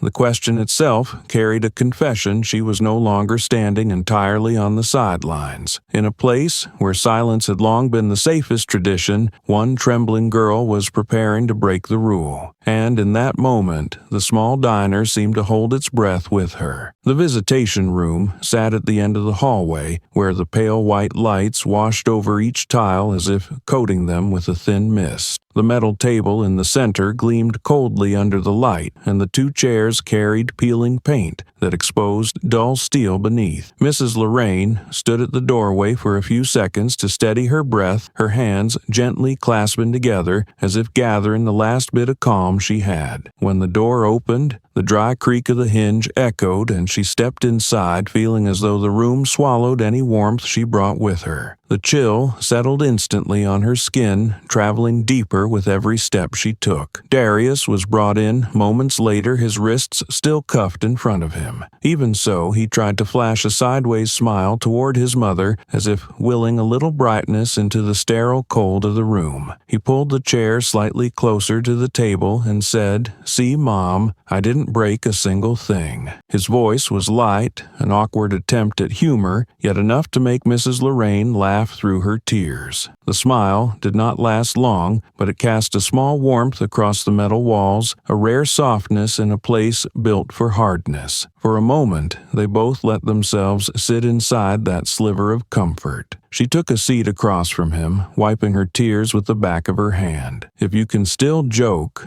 that's already a blessing," she said, her voice trembling but clear as if she were trying to pass along strength gathered from the elderly townspeople who had stood outside the station that morning. But her face soon grew serious. She leaned closer, her hand brushing lightly against his. She spoke slowly, each syllable careful, as though she feared missing something vital. "They planned it. They waited for you. They waited for you to lose your temper." Darius stayed silent, but his eyes darkened slightly, confirming the suspicion he had long carried. He glanced around the room and leaned in, speaking quietly, I figured. But do we have anything to prove it? His wrists shifted against the cuffs, not in resistance, but to keep himself steady. He knew their words alone could not outweigh the twisted statements written that morning, not unless something strong enough could turn the entire story around. Truth here needed more than honesty. It needed force. Mrs. Lorraine inhaled deeply, her gaze drifting toward the wall behind her son. The waitress, her eyes weren't unkind. She paused a moment before continuing. I believe she remembers everything. She did not use grand claims or dramatic declarations, only the simple intuition of someone who had lived her whole life reading people in this small town. That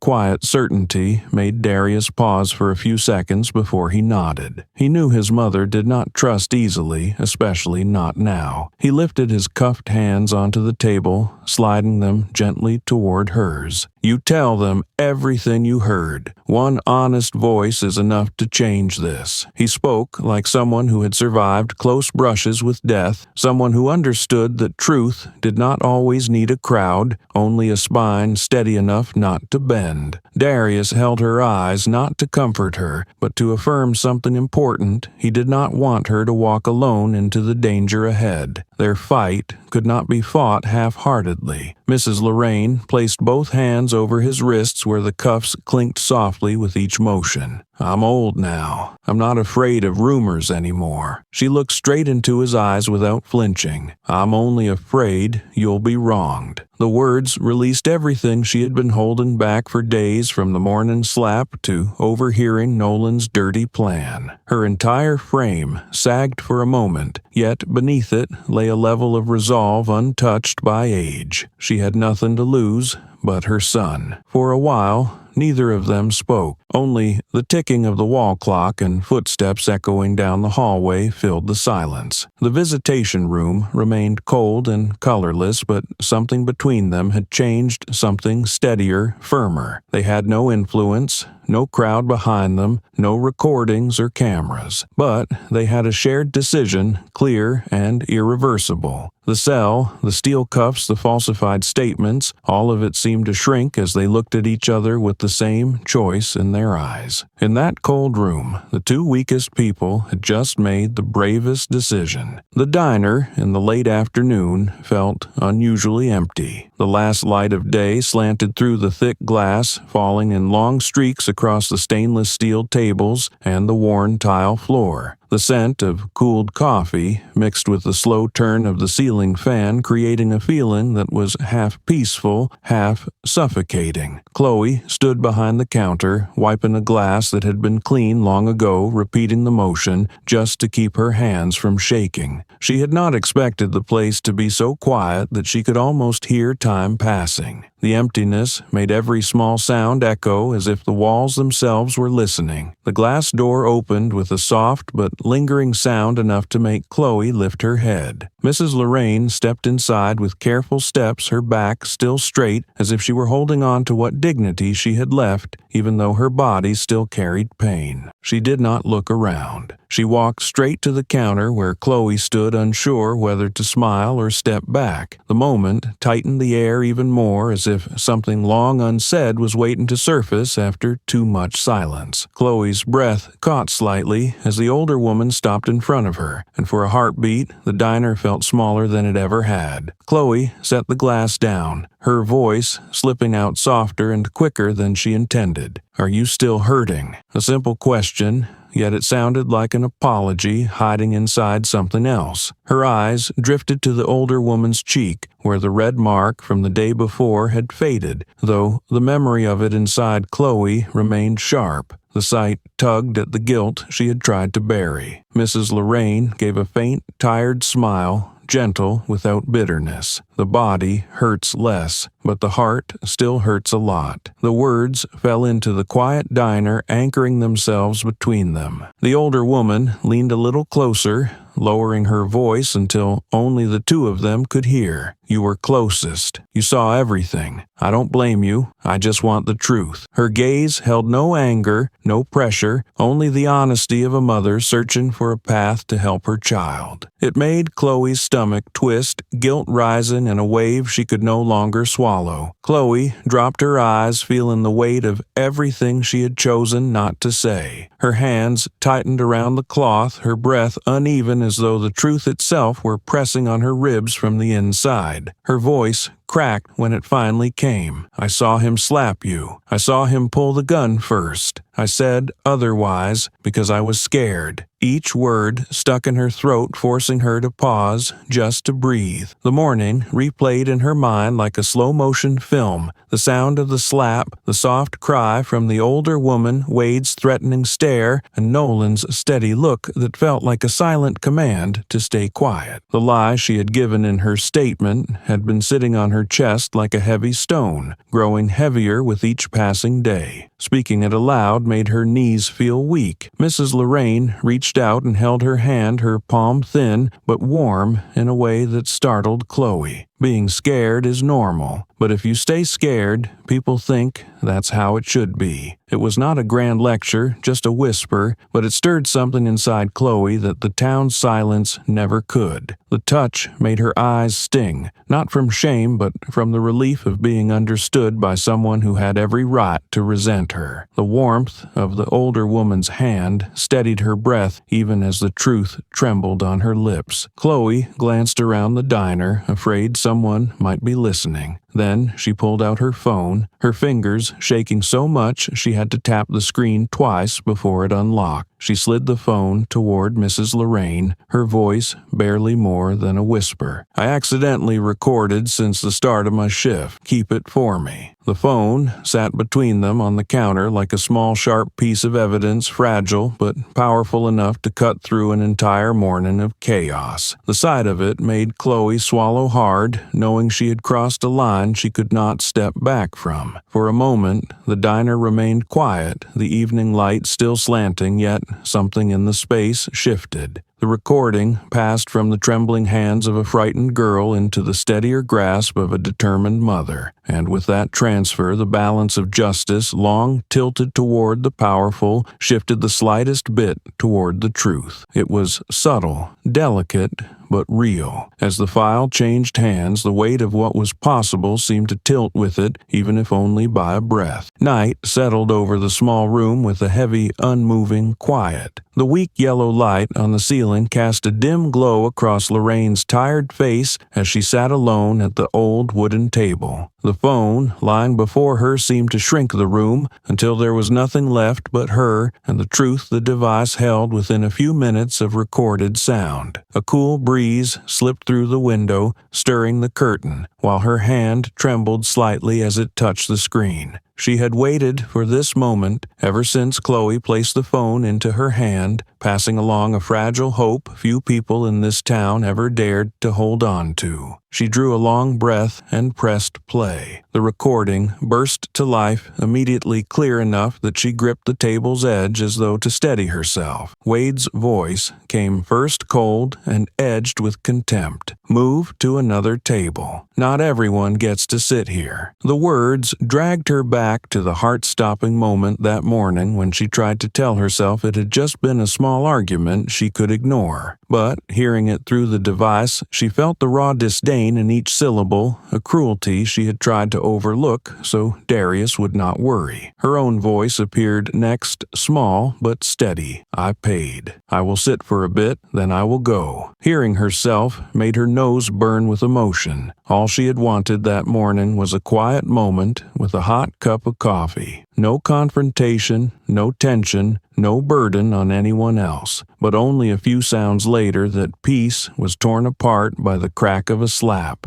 The sharp, cutting noise rang through the silent room like a blade sweeping across the air. She had endured it once in person, yet hearing it again made her shoulders flinch all over. Then Tommy's voice followed, dripping with smugness and disdain. "There. Remember that old lady." She remembered his eyes that morning, remembered how he relied on someone else's power to bully an elderly woman. In the recording, he did not sound frightened or threatened at all, nothing like the story he later told the police. That contrast tightened her chest painfully. Every lie spoken afterward now seemed brazen and effortless, as though twisting the truth had become second nature to them. She listened on, carefully hoping for even a single sound that might defend the version of the story the town had constructed. But there was no shouting from her, no harsh words, no trace of the behavior she had been accused of, only her repeated frightened plea of,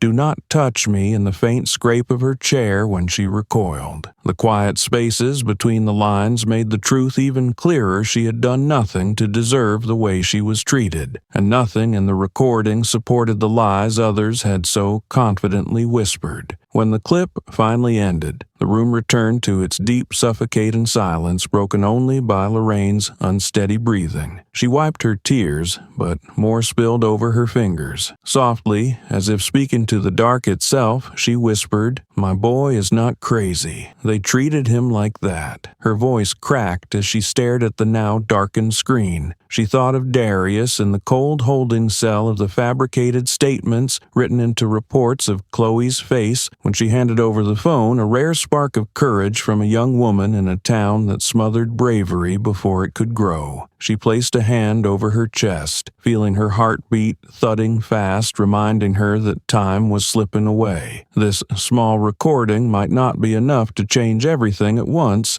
but it was a beginning. It was the first piece of proof they could not twist if presented to the right person at the right moment. Lorraine understood she was about to step into a fight she never imagined she would face, but for her child, she would not back down. The small recording was enough to overturn the whole story if brought forward at exactly the right time. The morning cast a thin veil of mist over the police station, making everything feel colder than usual. Mrs. Lorraine walked up the stone steps slowly, but with unwavering resolve, her face marked by the exhaustion of days spent enduring more than she should. The clerk at the reception desk looked briefly surprised to see her arrive so early, but she spoke only a few concise words and requested to meet Nolan. The long hallway echoed under her footsteps, each step carrying a weight of truth she had held for far too long. When Nolan's office door opened, she stood upright, gripping the fabric bag that held the phone with the recording. This time, she had not come to beg, she had come to place something on the table that could not be ignored. Nolan looked up, his expression holding the polite neutrality he always used when dealing with townspeople. He invited her to sit and began, "Mrs. Brooks, we are following procedure." But before he could finish, Mrs. Lorraine set the phone on the desk. The decisive movement softened the end of his sentence, and the atmosphere in the room shifted instantly. She lifted her eyes to him, calm, yet unwavering, the look of someone who had reached the end of patience and had only honesty left to cling to. "You listen first, then speak," she said, her voice roughened by age but steady. Nolan paused, studied her face, then pressed play, unaware that the next few minutes would leave him speechless. The sound filled the quiet room, shrinking everything down until only Wade's voice came through the phone speaker. His tone was unmistakable, heavy with authority. "Move to another table. Not everyone gets to sit here." Nolan stopped right, and his gaze fixed on the device, now spilling out evidence he could not defend. The recording continued, and after Mrs. Lorraine's calm reply, the slap landed its sharp crack, hitting the silence like a blow to a wall between them. He had heard reports before, second-hand accounts from his officers, but hearing the real sound made him clench his pen so tightly the tip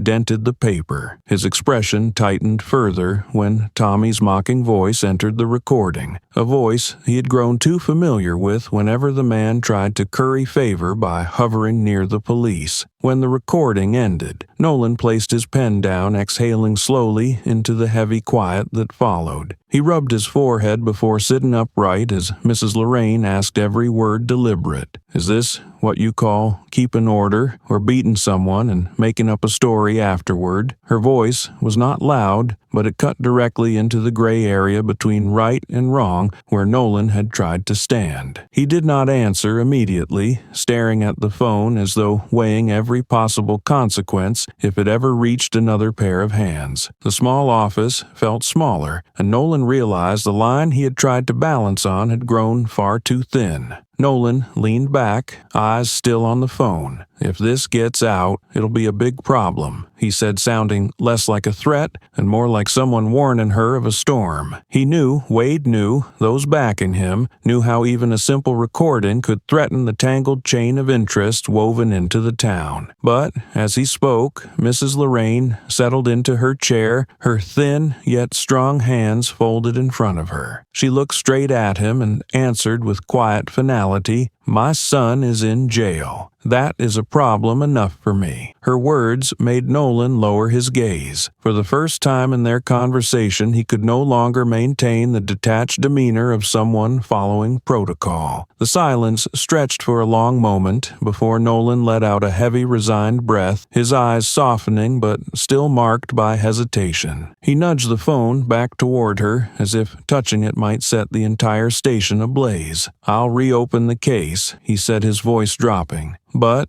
be prepared. No one will give up easily." There was no threat in the words, only the warning of a man who understood exactly how large the wave before them truly was. Mrs. Lorraine nodded, and the lines on her face seemed to brighten slightly, as if a door had finally cracked open. Not all the way, but just enough for light to slip through. She stood and left her chair with a surprising calmness, as though Nolan's decision was the only answer she needed. The door closed behind her, yet inside the room, Nolan remained seated, gripping his pen, staring at the space before him. Something had shifted inside him, but not enough for him to walk fully toward the truth. He stood between two sides, one the duty of a police officer, the other the heavy shadow of those he had long served. And he knew that choosing either path would come with a price. Nolan had stepped toward the light, but only halfway. Nolan's office was dimly lit by sunlight filtering through the old blind stripes of light falling across a desk piled high with documents. When Wade stepped inside, Nolan didn't wait a second before slamming the door hard enough to make the wooden frame shake. The air thickened instantly, and Wade reacted by dropping heavily into a chair as if trying to show he didn't care. He inhaled sharply and said, "Boss, don't tell me you're buying that old woman's story." The half-mocking, half-challenging remark echoed in the small room, tightening the knot in Nolan's already tangled thoughts. He looked at Wade as if looking at a small flame spreading toward a warehouse of gasoline. Nolan did not answer right away. He opened a drawer, took out Lorraine's phone, set it on the desk, and pushed it toward Wade. "Your voice.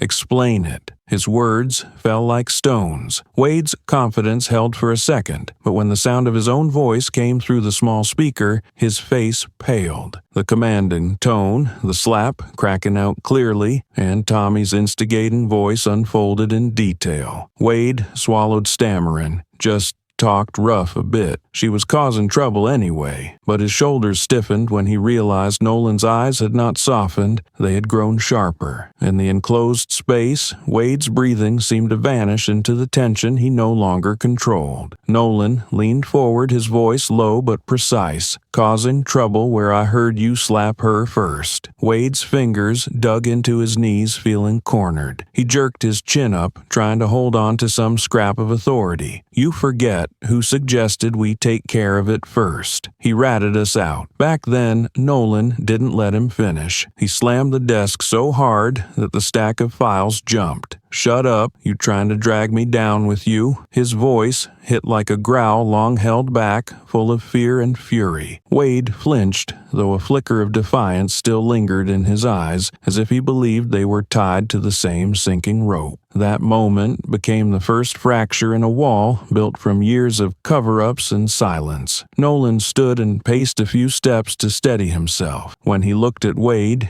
he no longer saw a colleague. He saw someone accelerating the collapse. Nolan spoke softly, but with weight. "You started this mess. I can still clean it. But dragging the old case in here, you're trying to burn the whole thing down." Wade licked his lips, forcing his voice to stay hard. "Afraid of the golden boy. We're in the same boat, boss." Nolan spun around, his gaze cold enough to make Wade look away. The small crack between them had widened into a dark, visible fissure. Outside in the hallway, the pale yellow lights made the place feel even emptier. Chloe walked quietly with a bundle of cleaning towels in her arms, heading toward the front desk, when Wade's voice spilled through the not fully closed door. The phrase, "Take care of it first," rang out clear and deliberate, as if someone had underlined it. Chloe froze, her heart tightening when she understood it wasn't a figure of speech or a crude joke. It was a plan, an intention, something arranged from the moment Darius set foot back in town. She waited a few seconds but didn't dare linger. She laid a hand over her chest to steady her heartbeat and hurried away. The phrase echoed in her mind like a voice rising from the bottom of a deep well, impossible to shake off. Inside the room, Nolan braced both hands on the desk as though trying to keep the entire place from collapsing. He knew Wade was reckless, but he never imagined the man would throw the old secret into the open now. Outside, Chloe's footsteps were so light they were barely audible, but Nolan sensed someone had passed by. He glanced toward the cracked door, a sharp unease stabbing through him, because he understood that once words like that escaped, everything was about to slip out of control. For a very brief moment, Nolan realized he no longer stood between two sides. Behind him lay things that could not be defended. Ahead was a drop he was being pulled toward whether he wanted it or not. Chloe descended the stairs, gripping the tray edge as if holding on to something solid. She once believed only Wade was trying to bring harm to Darius, but now she understood the situation was much bigger. Everything was about to explode, and she, just a diner waitress, held the most crucial piece of the truth. When she reached the back parking lot, a cold wind swept through, making her shiver. She looked up at the gray dusk sky, thinking of Lorraine, of Darius sitting in a cell, and of the recording now in the older woman's possession. All of it stood in stark contrast to the turmoil swelling inside the station. In the office, Wade stood brushing off his shirt as if pretending he still held control. He tossed out one final line before stepping out. "Relax, boss. Everything we do is for the town." Nolan didn't answer. He only watched him leave with an unreadable expression. The door shut behind Wade, but Nolan remained frozen, caught between the truth Lorraine carried and the threat Wade had just unleashed. He knew that once a fracture appeared inside the ranks, it would not stop. It would spread, deepen, and drag other things down with it. And in the hallway, Chloe, who had overheard the most dangerous part, walked away with a face drained of color. In this moment, the truth no longer belonged to any side. It lived in the cracks created from within. Rumors spread through the town like wind sweeping across a field so quickly that the pharmacist heard before the police did. The elderly whispered on church benches. Families with children who had served in the military passed around the story of the former SEAL who hit a cop. The incident grew so large that everyone felt a need for some official voice, and that pressure weighed heavily on the local government. The mayor reluctantly announced an emergency hearing at the town hall, not to resolve anything immediately, but to listen to all sides. That phrase only made more people show up, curious whether the truth would finally be spoken or buried again. On the morning of the hearing,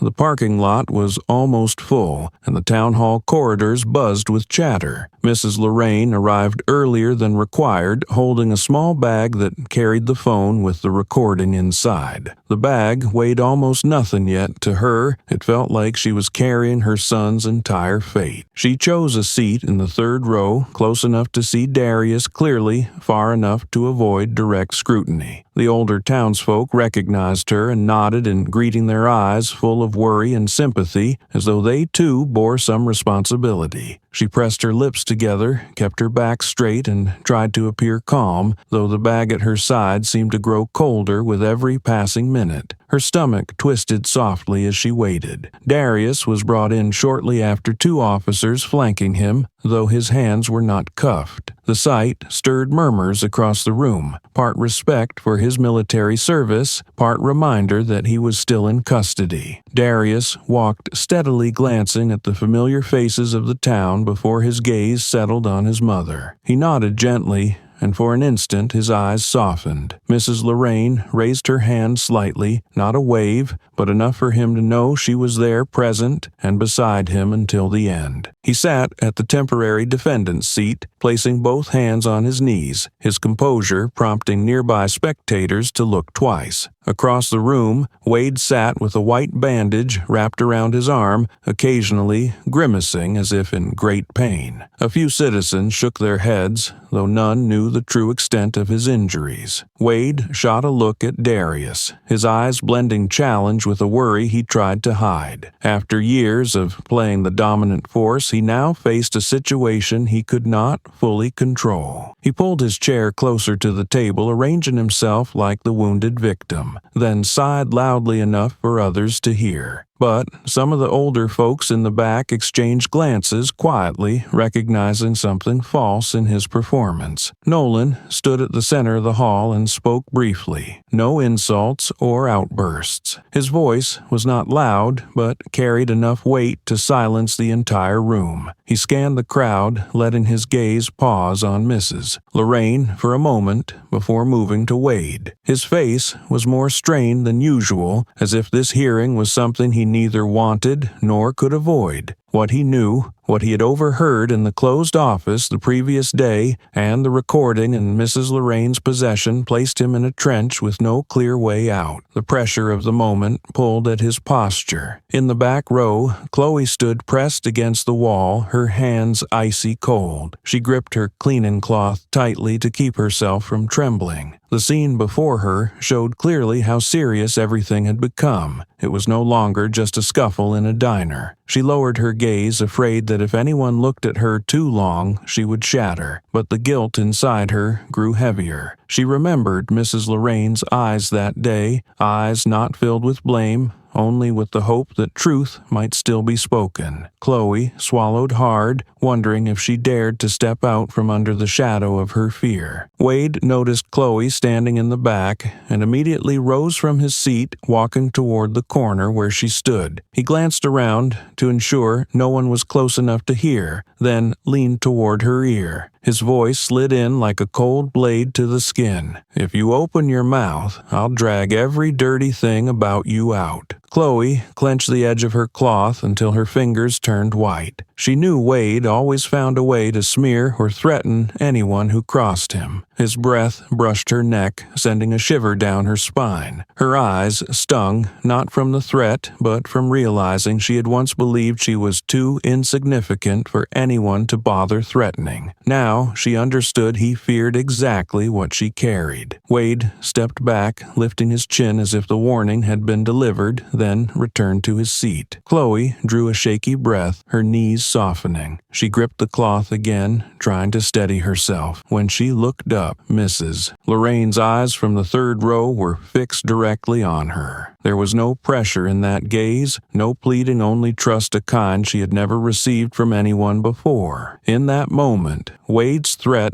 seemed to dull, and the weight in her chest eased just enough for her to stand straighter. She inhaled deeply, raising her chin slightly as though she had just been given strength from a mother who was not her own. Wade's warning was a cold blade pressed against Chloe's throat. Yet, when she looked up, she saw Mrs. Lorraine watching her. Nolan stepped onto the platform, flipping open the notebook in front of him, his voice deeper than usual. He looked around the crowded hall, then stopped at Mrs. Lorraine. He cleared his throat and said, "Mrs. Brooks, you may speak first." Several eyes shifted toward her, some expectant, some curious, others irritated. Mrs. Lorraine clasped her hands together and rose slowly. The chair beneath her made a soft creak, tightening the tension in the room. She drew a deep breath, trembling slightly, but still carrying the calm dignity of someone who had survived far greater fears. The quiet wrapped around her as she moved. She walked to the microphone, her gaze sweeping across the room, watching her. Her voice came soft but clear. "I am not good with words. I just need everyone to listen to this." She set her phone on the wooden table, her hands careful as if she were placing down something fragile. The hall went completely silent. She pressed play, the glow from the small screen lighting her thin fingers. The microphone caught a faint hiss, then quieted as the audio began. No one moved, even those who still believed she was exaggerating held their breath. The first sound was Wade's arrogant voice. "Move to another table. Not everyone gets to sit here." People exchanged looks and a few knitted their brows at the unmistakable contempt in his tone. Next came Mrs. Lorraine's voice, gentle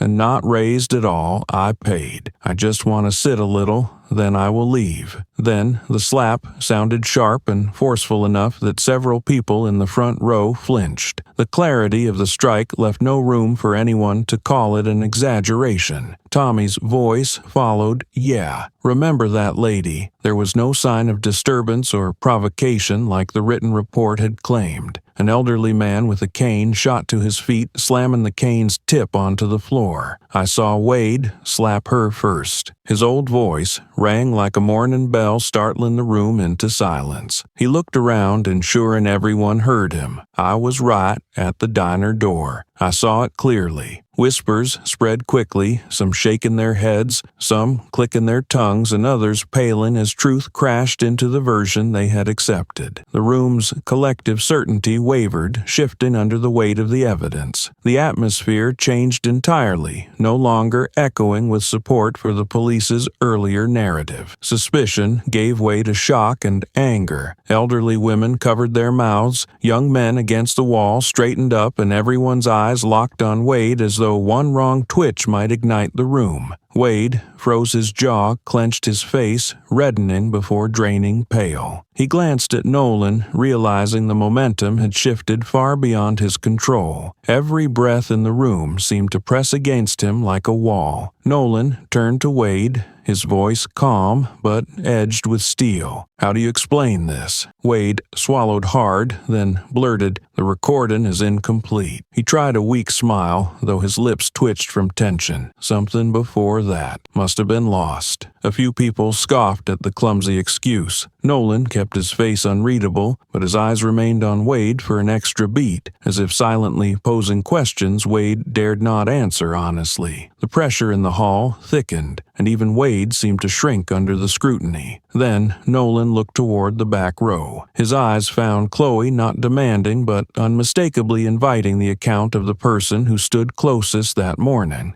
"Miss Chloe, you were nearest. Would you like to speak?" The hall fell silent in an instant. Several people shifted to look at the young woman pressed against the last row. The entire hall seemed to narrow into a straight line connecting her to the microphone. The air grew heavy, so heavy one could almost hear their own heartbeat. Chloe's pulse thudded in her ears as dozens of eyes waited. Her feet felt rooted to the floor. She stared down at the worn edge of the cleaning cloth in her hand before inhaling deeply. Wade's earlier threat still hung in her mind like a blade at her throat. She heard his whisper again. "You open your mouth, and I will drag all your business out." Her eyes stung her heart, pounding. But when she finally looked up, Mrs. Lorraine's gaze from the third row caught hers, gentle, steady, trusting. It did not demand rescue, did not promise safety. It simply believed in her in a way she had never felt before. Chloe stepped out from the row, her first step feeling like she was stepping into empty air. People moved aside, making the path to the microphone feel even longer. Her shoes clicked against the tile with sharp clarity in the hushed room. Each step echoed like a drumbeat in her ears, pushing her forward, warning her at the same time. She swallowed as she passed Wade. His jaw tightened, his eyes flickering with anger and fear. But this time, he stayed silent. A silence born not of power, but of losing it. She stood before the microphone, hands clasped tightly. She looked at Nolan, then at Mrs. Lorraine,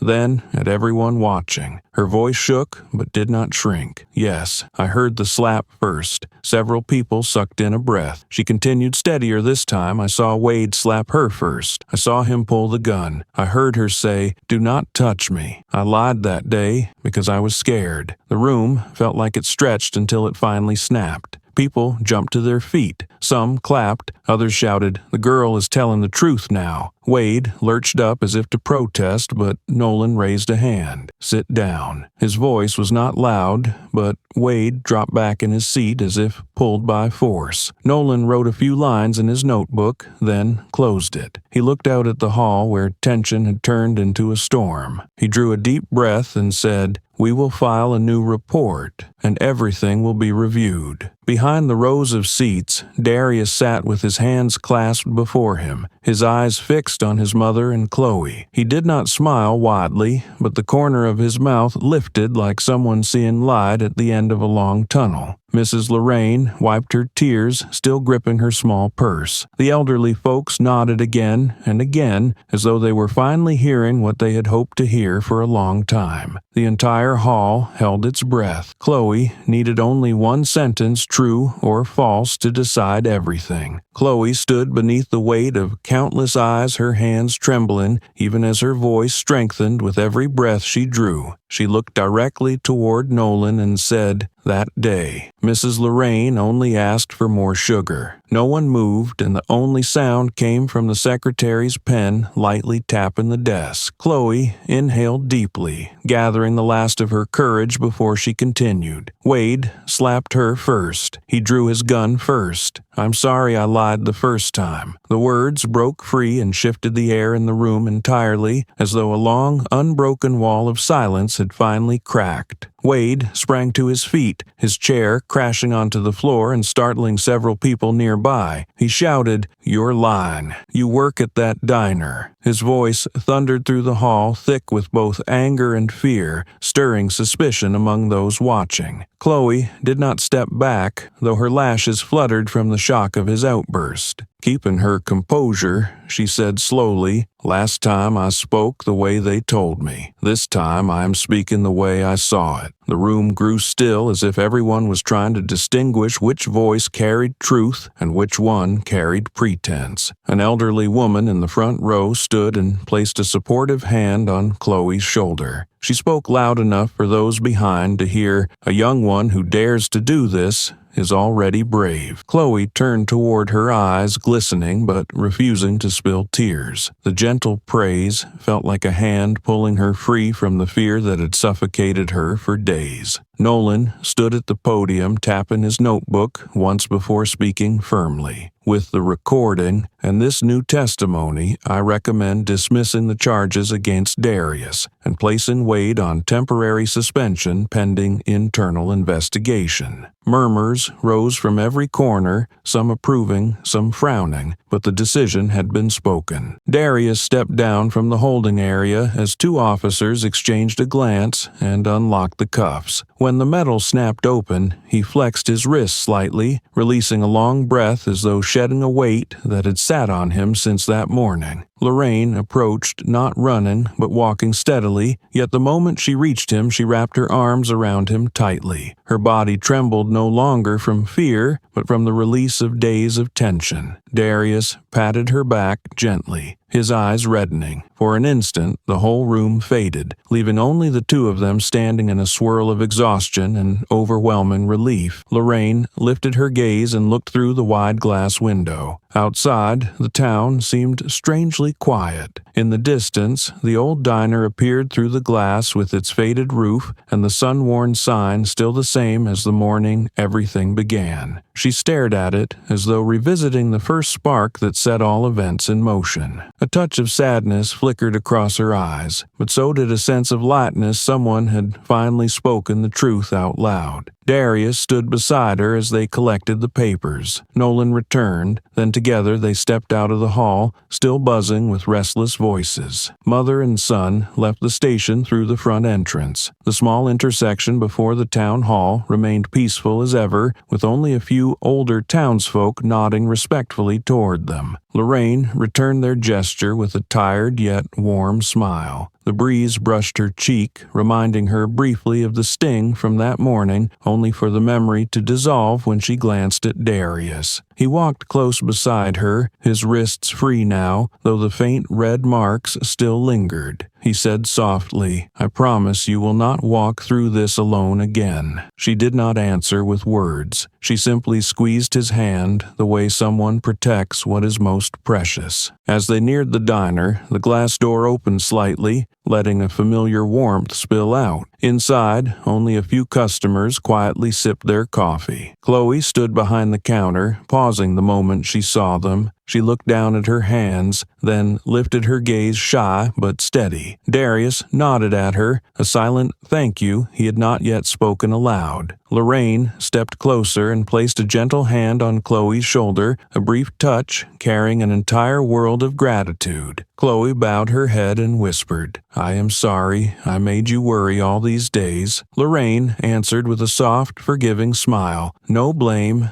no bitterness. The quiet clang of a spoon against a cup sounded from a corner table, the familiar noise echoing like the opening note of the story that had carried them through so much turmoil. The diner looked the same, its tables and chairs unchanged, but the people inside had shifted profoundly over the past few days. The atmosphere felt cleared of the lies that once lingered in its corners. Sitting beside the window, Lorraine smoothed the edge of her napkin and murmured, "It is because of that girl that the truth came to light." Darius looked toward the road and replied gently, "Not everyone has that kind of courage. I respect her for it." The narrator's voice seemed to settle above them, blending into the stillness of the late afternoon. Between injustice and fear, we choose silence, or we choose truth. Outside, the town continued in its slow rhythm, stories spreading through its people, sometimes vague, sometimes sharp. But today, they had heard one truth they could not deny. The door to justice had not fully opened, but its hinges had begun to shift. And though shadows still lingered, at least in this room, someone had chosen the light. Justice had tilted toward its proper direction, even if stories like this never truly end. The tale closed in the little diner, where the soft ring of a spoon tapping a cup served as a reminder. Some small moments carry the power to shake the foundation of an entire community. From a single slap, from a single false statement, from a single frightened glance, a chain had formed, leading them all the way to the town hall, where every word held weight and every fear stood exposed. But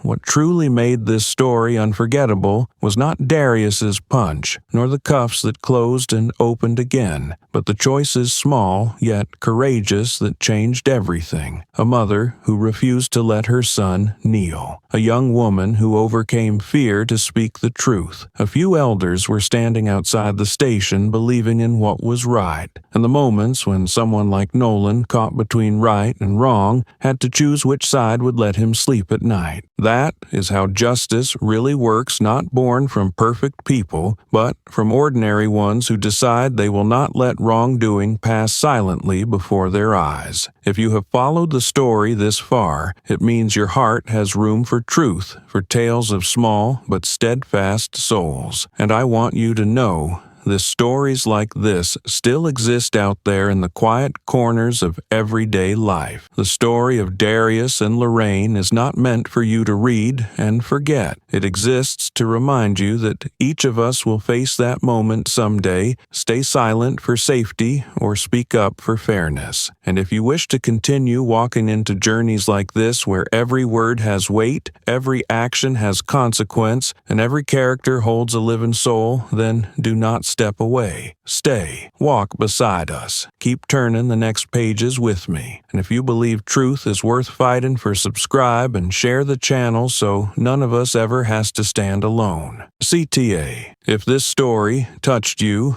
press subscribe now, so you will not miss any upcoming chapters where what is right still needs someone like you to stand with it.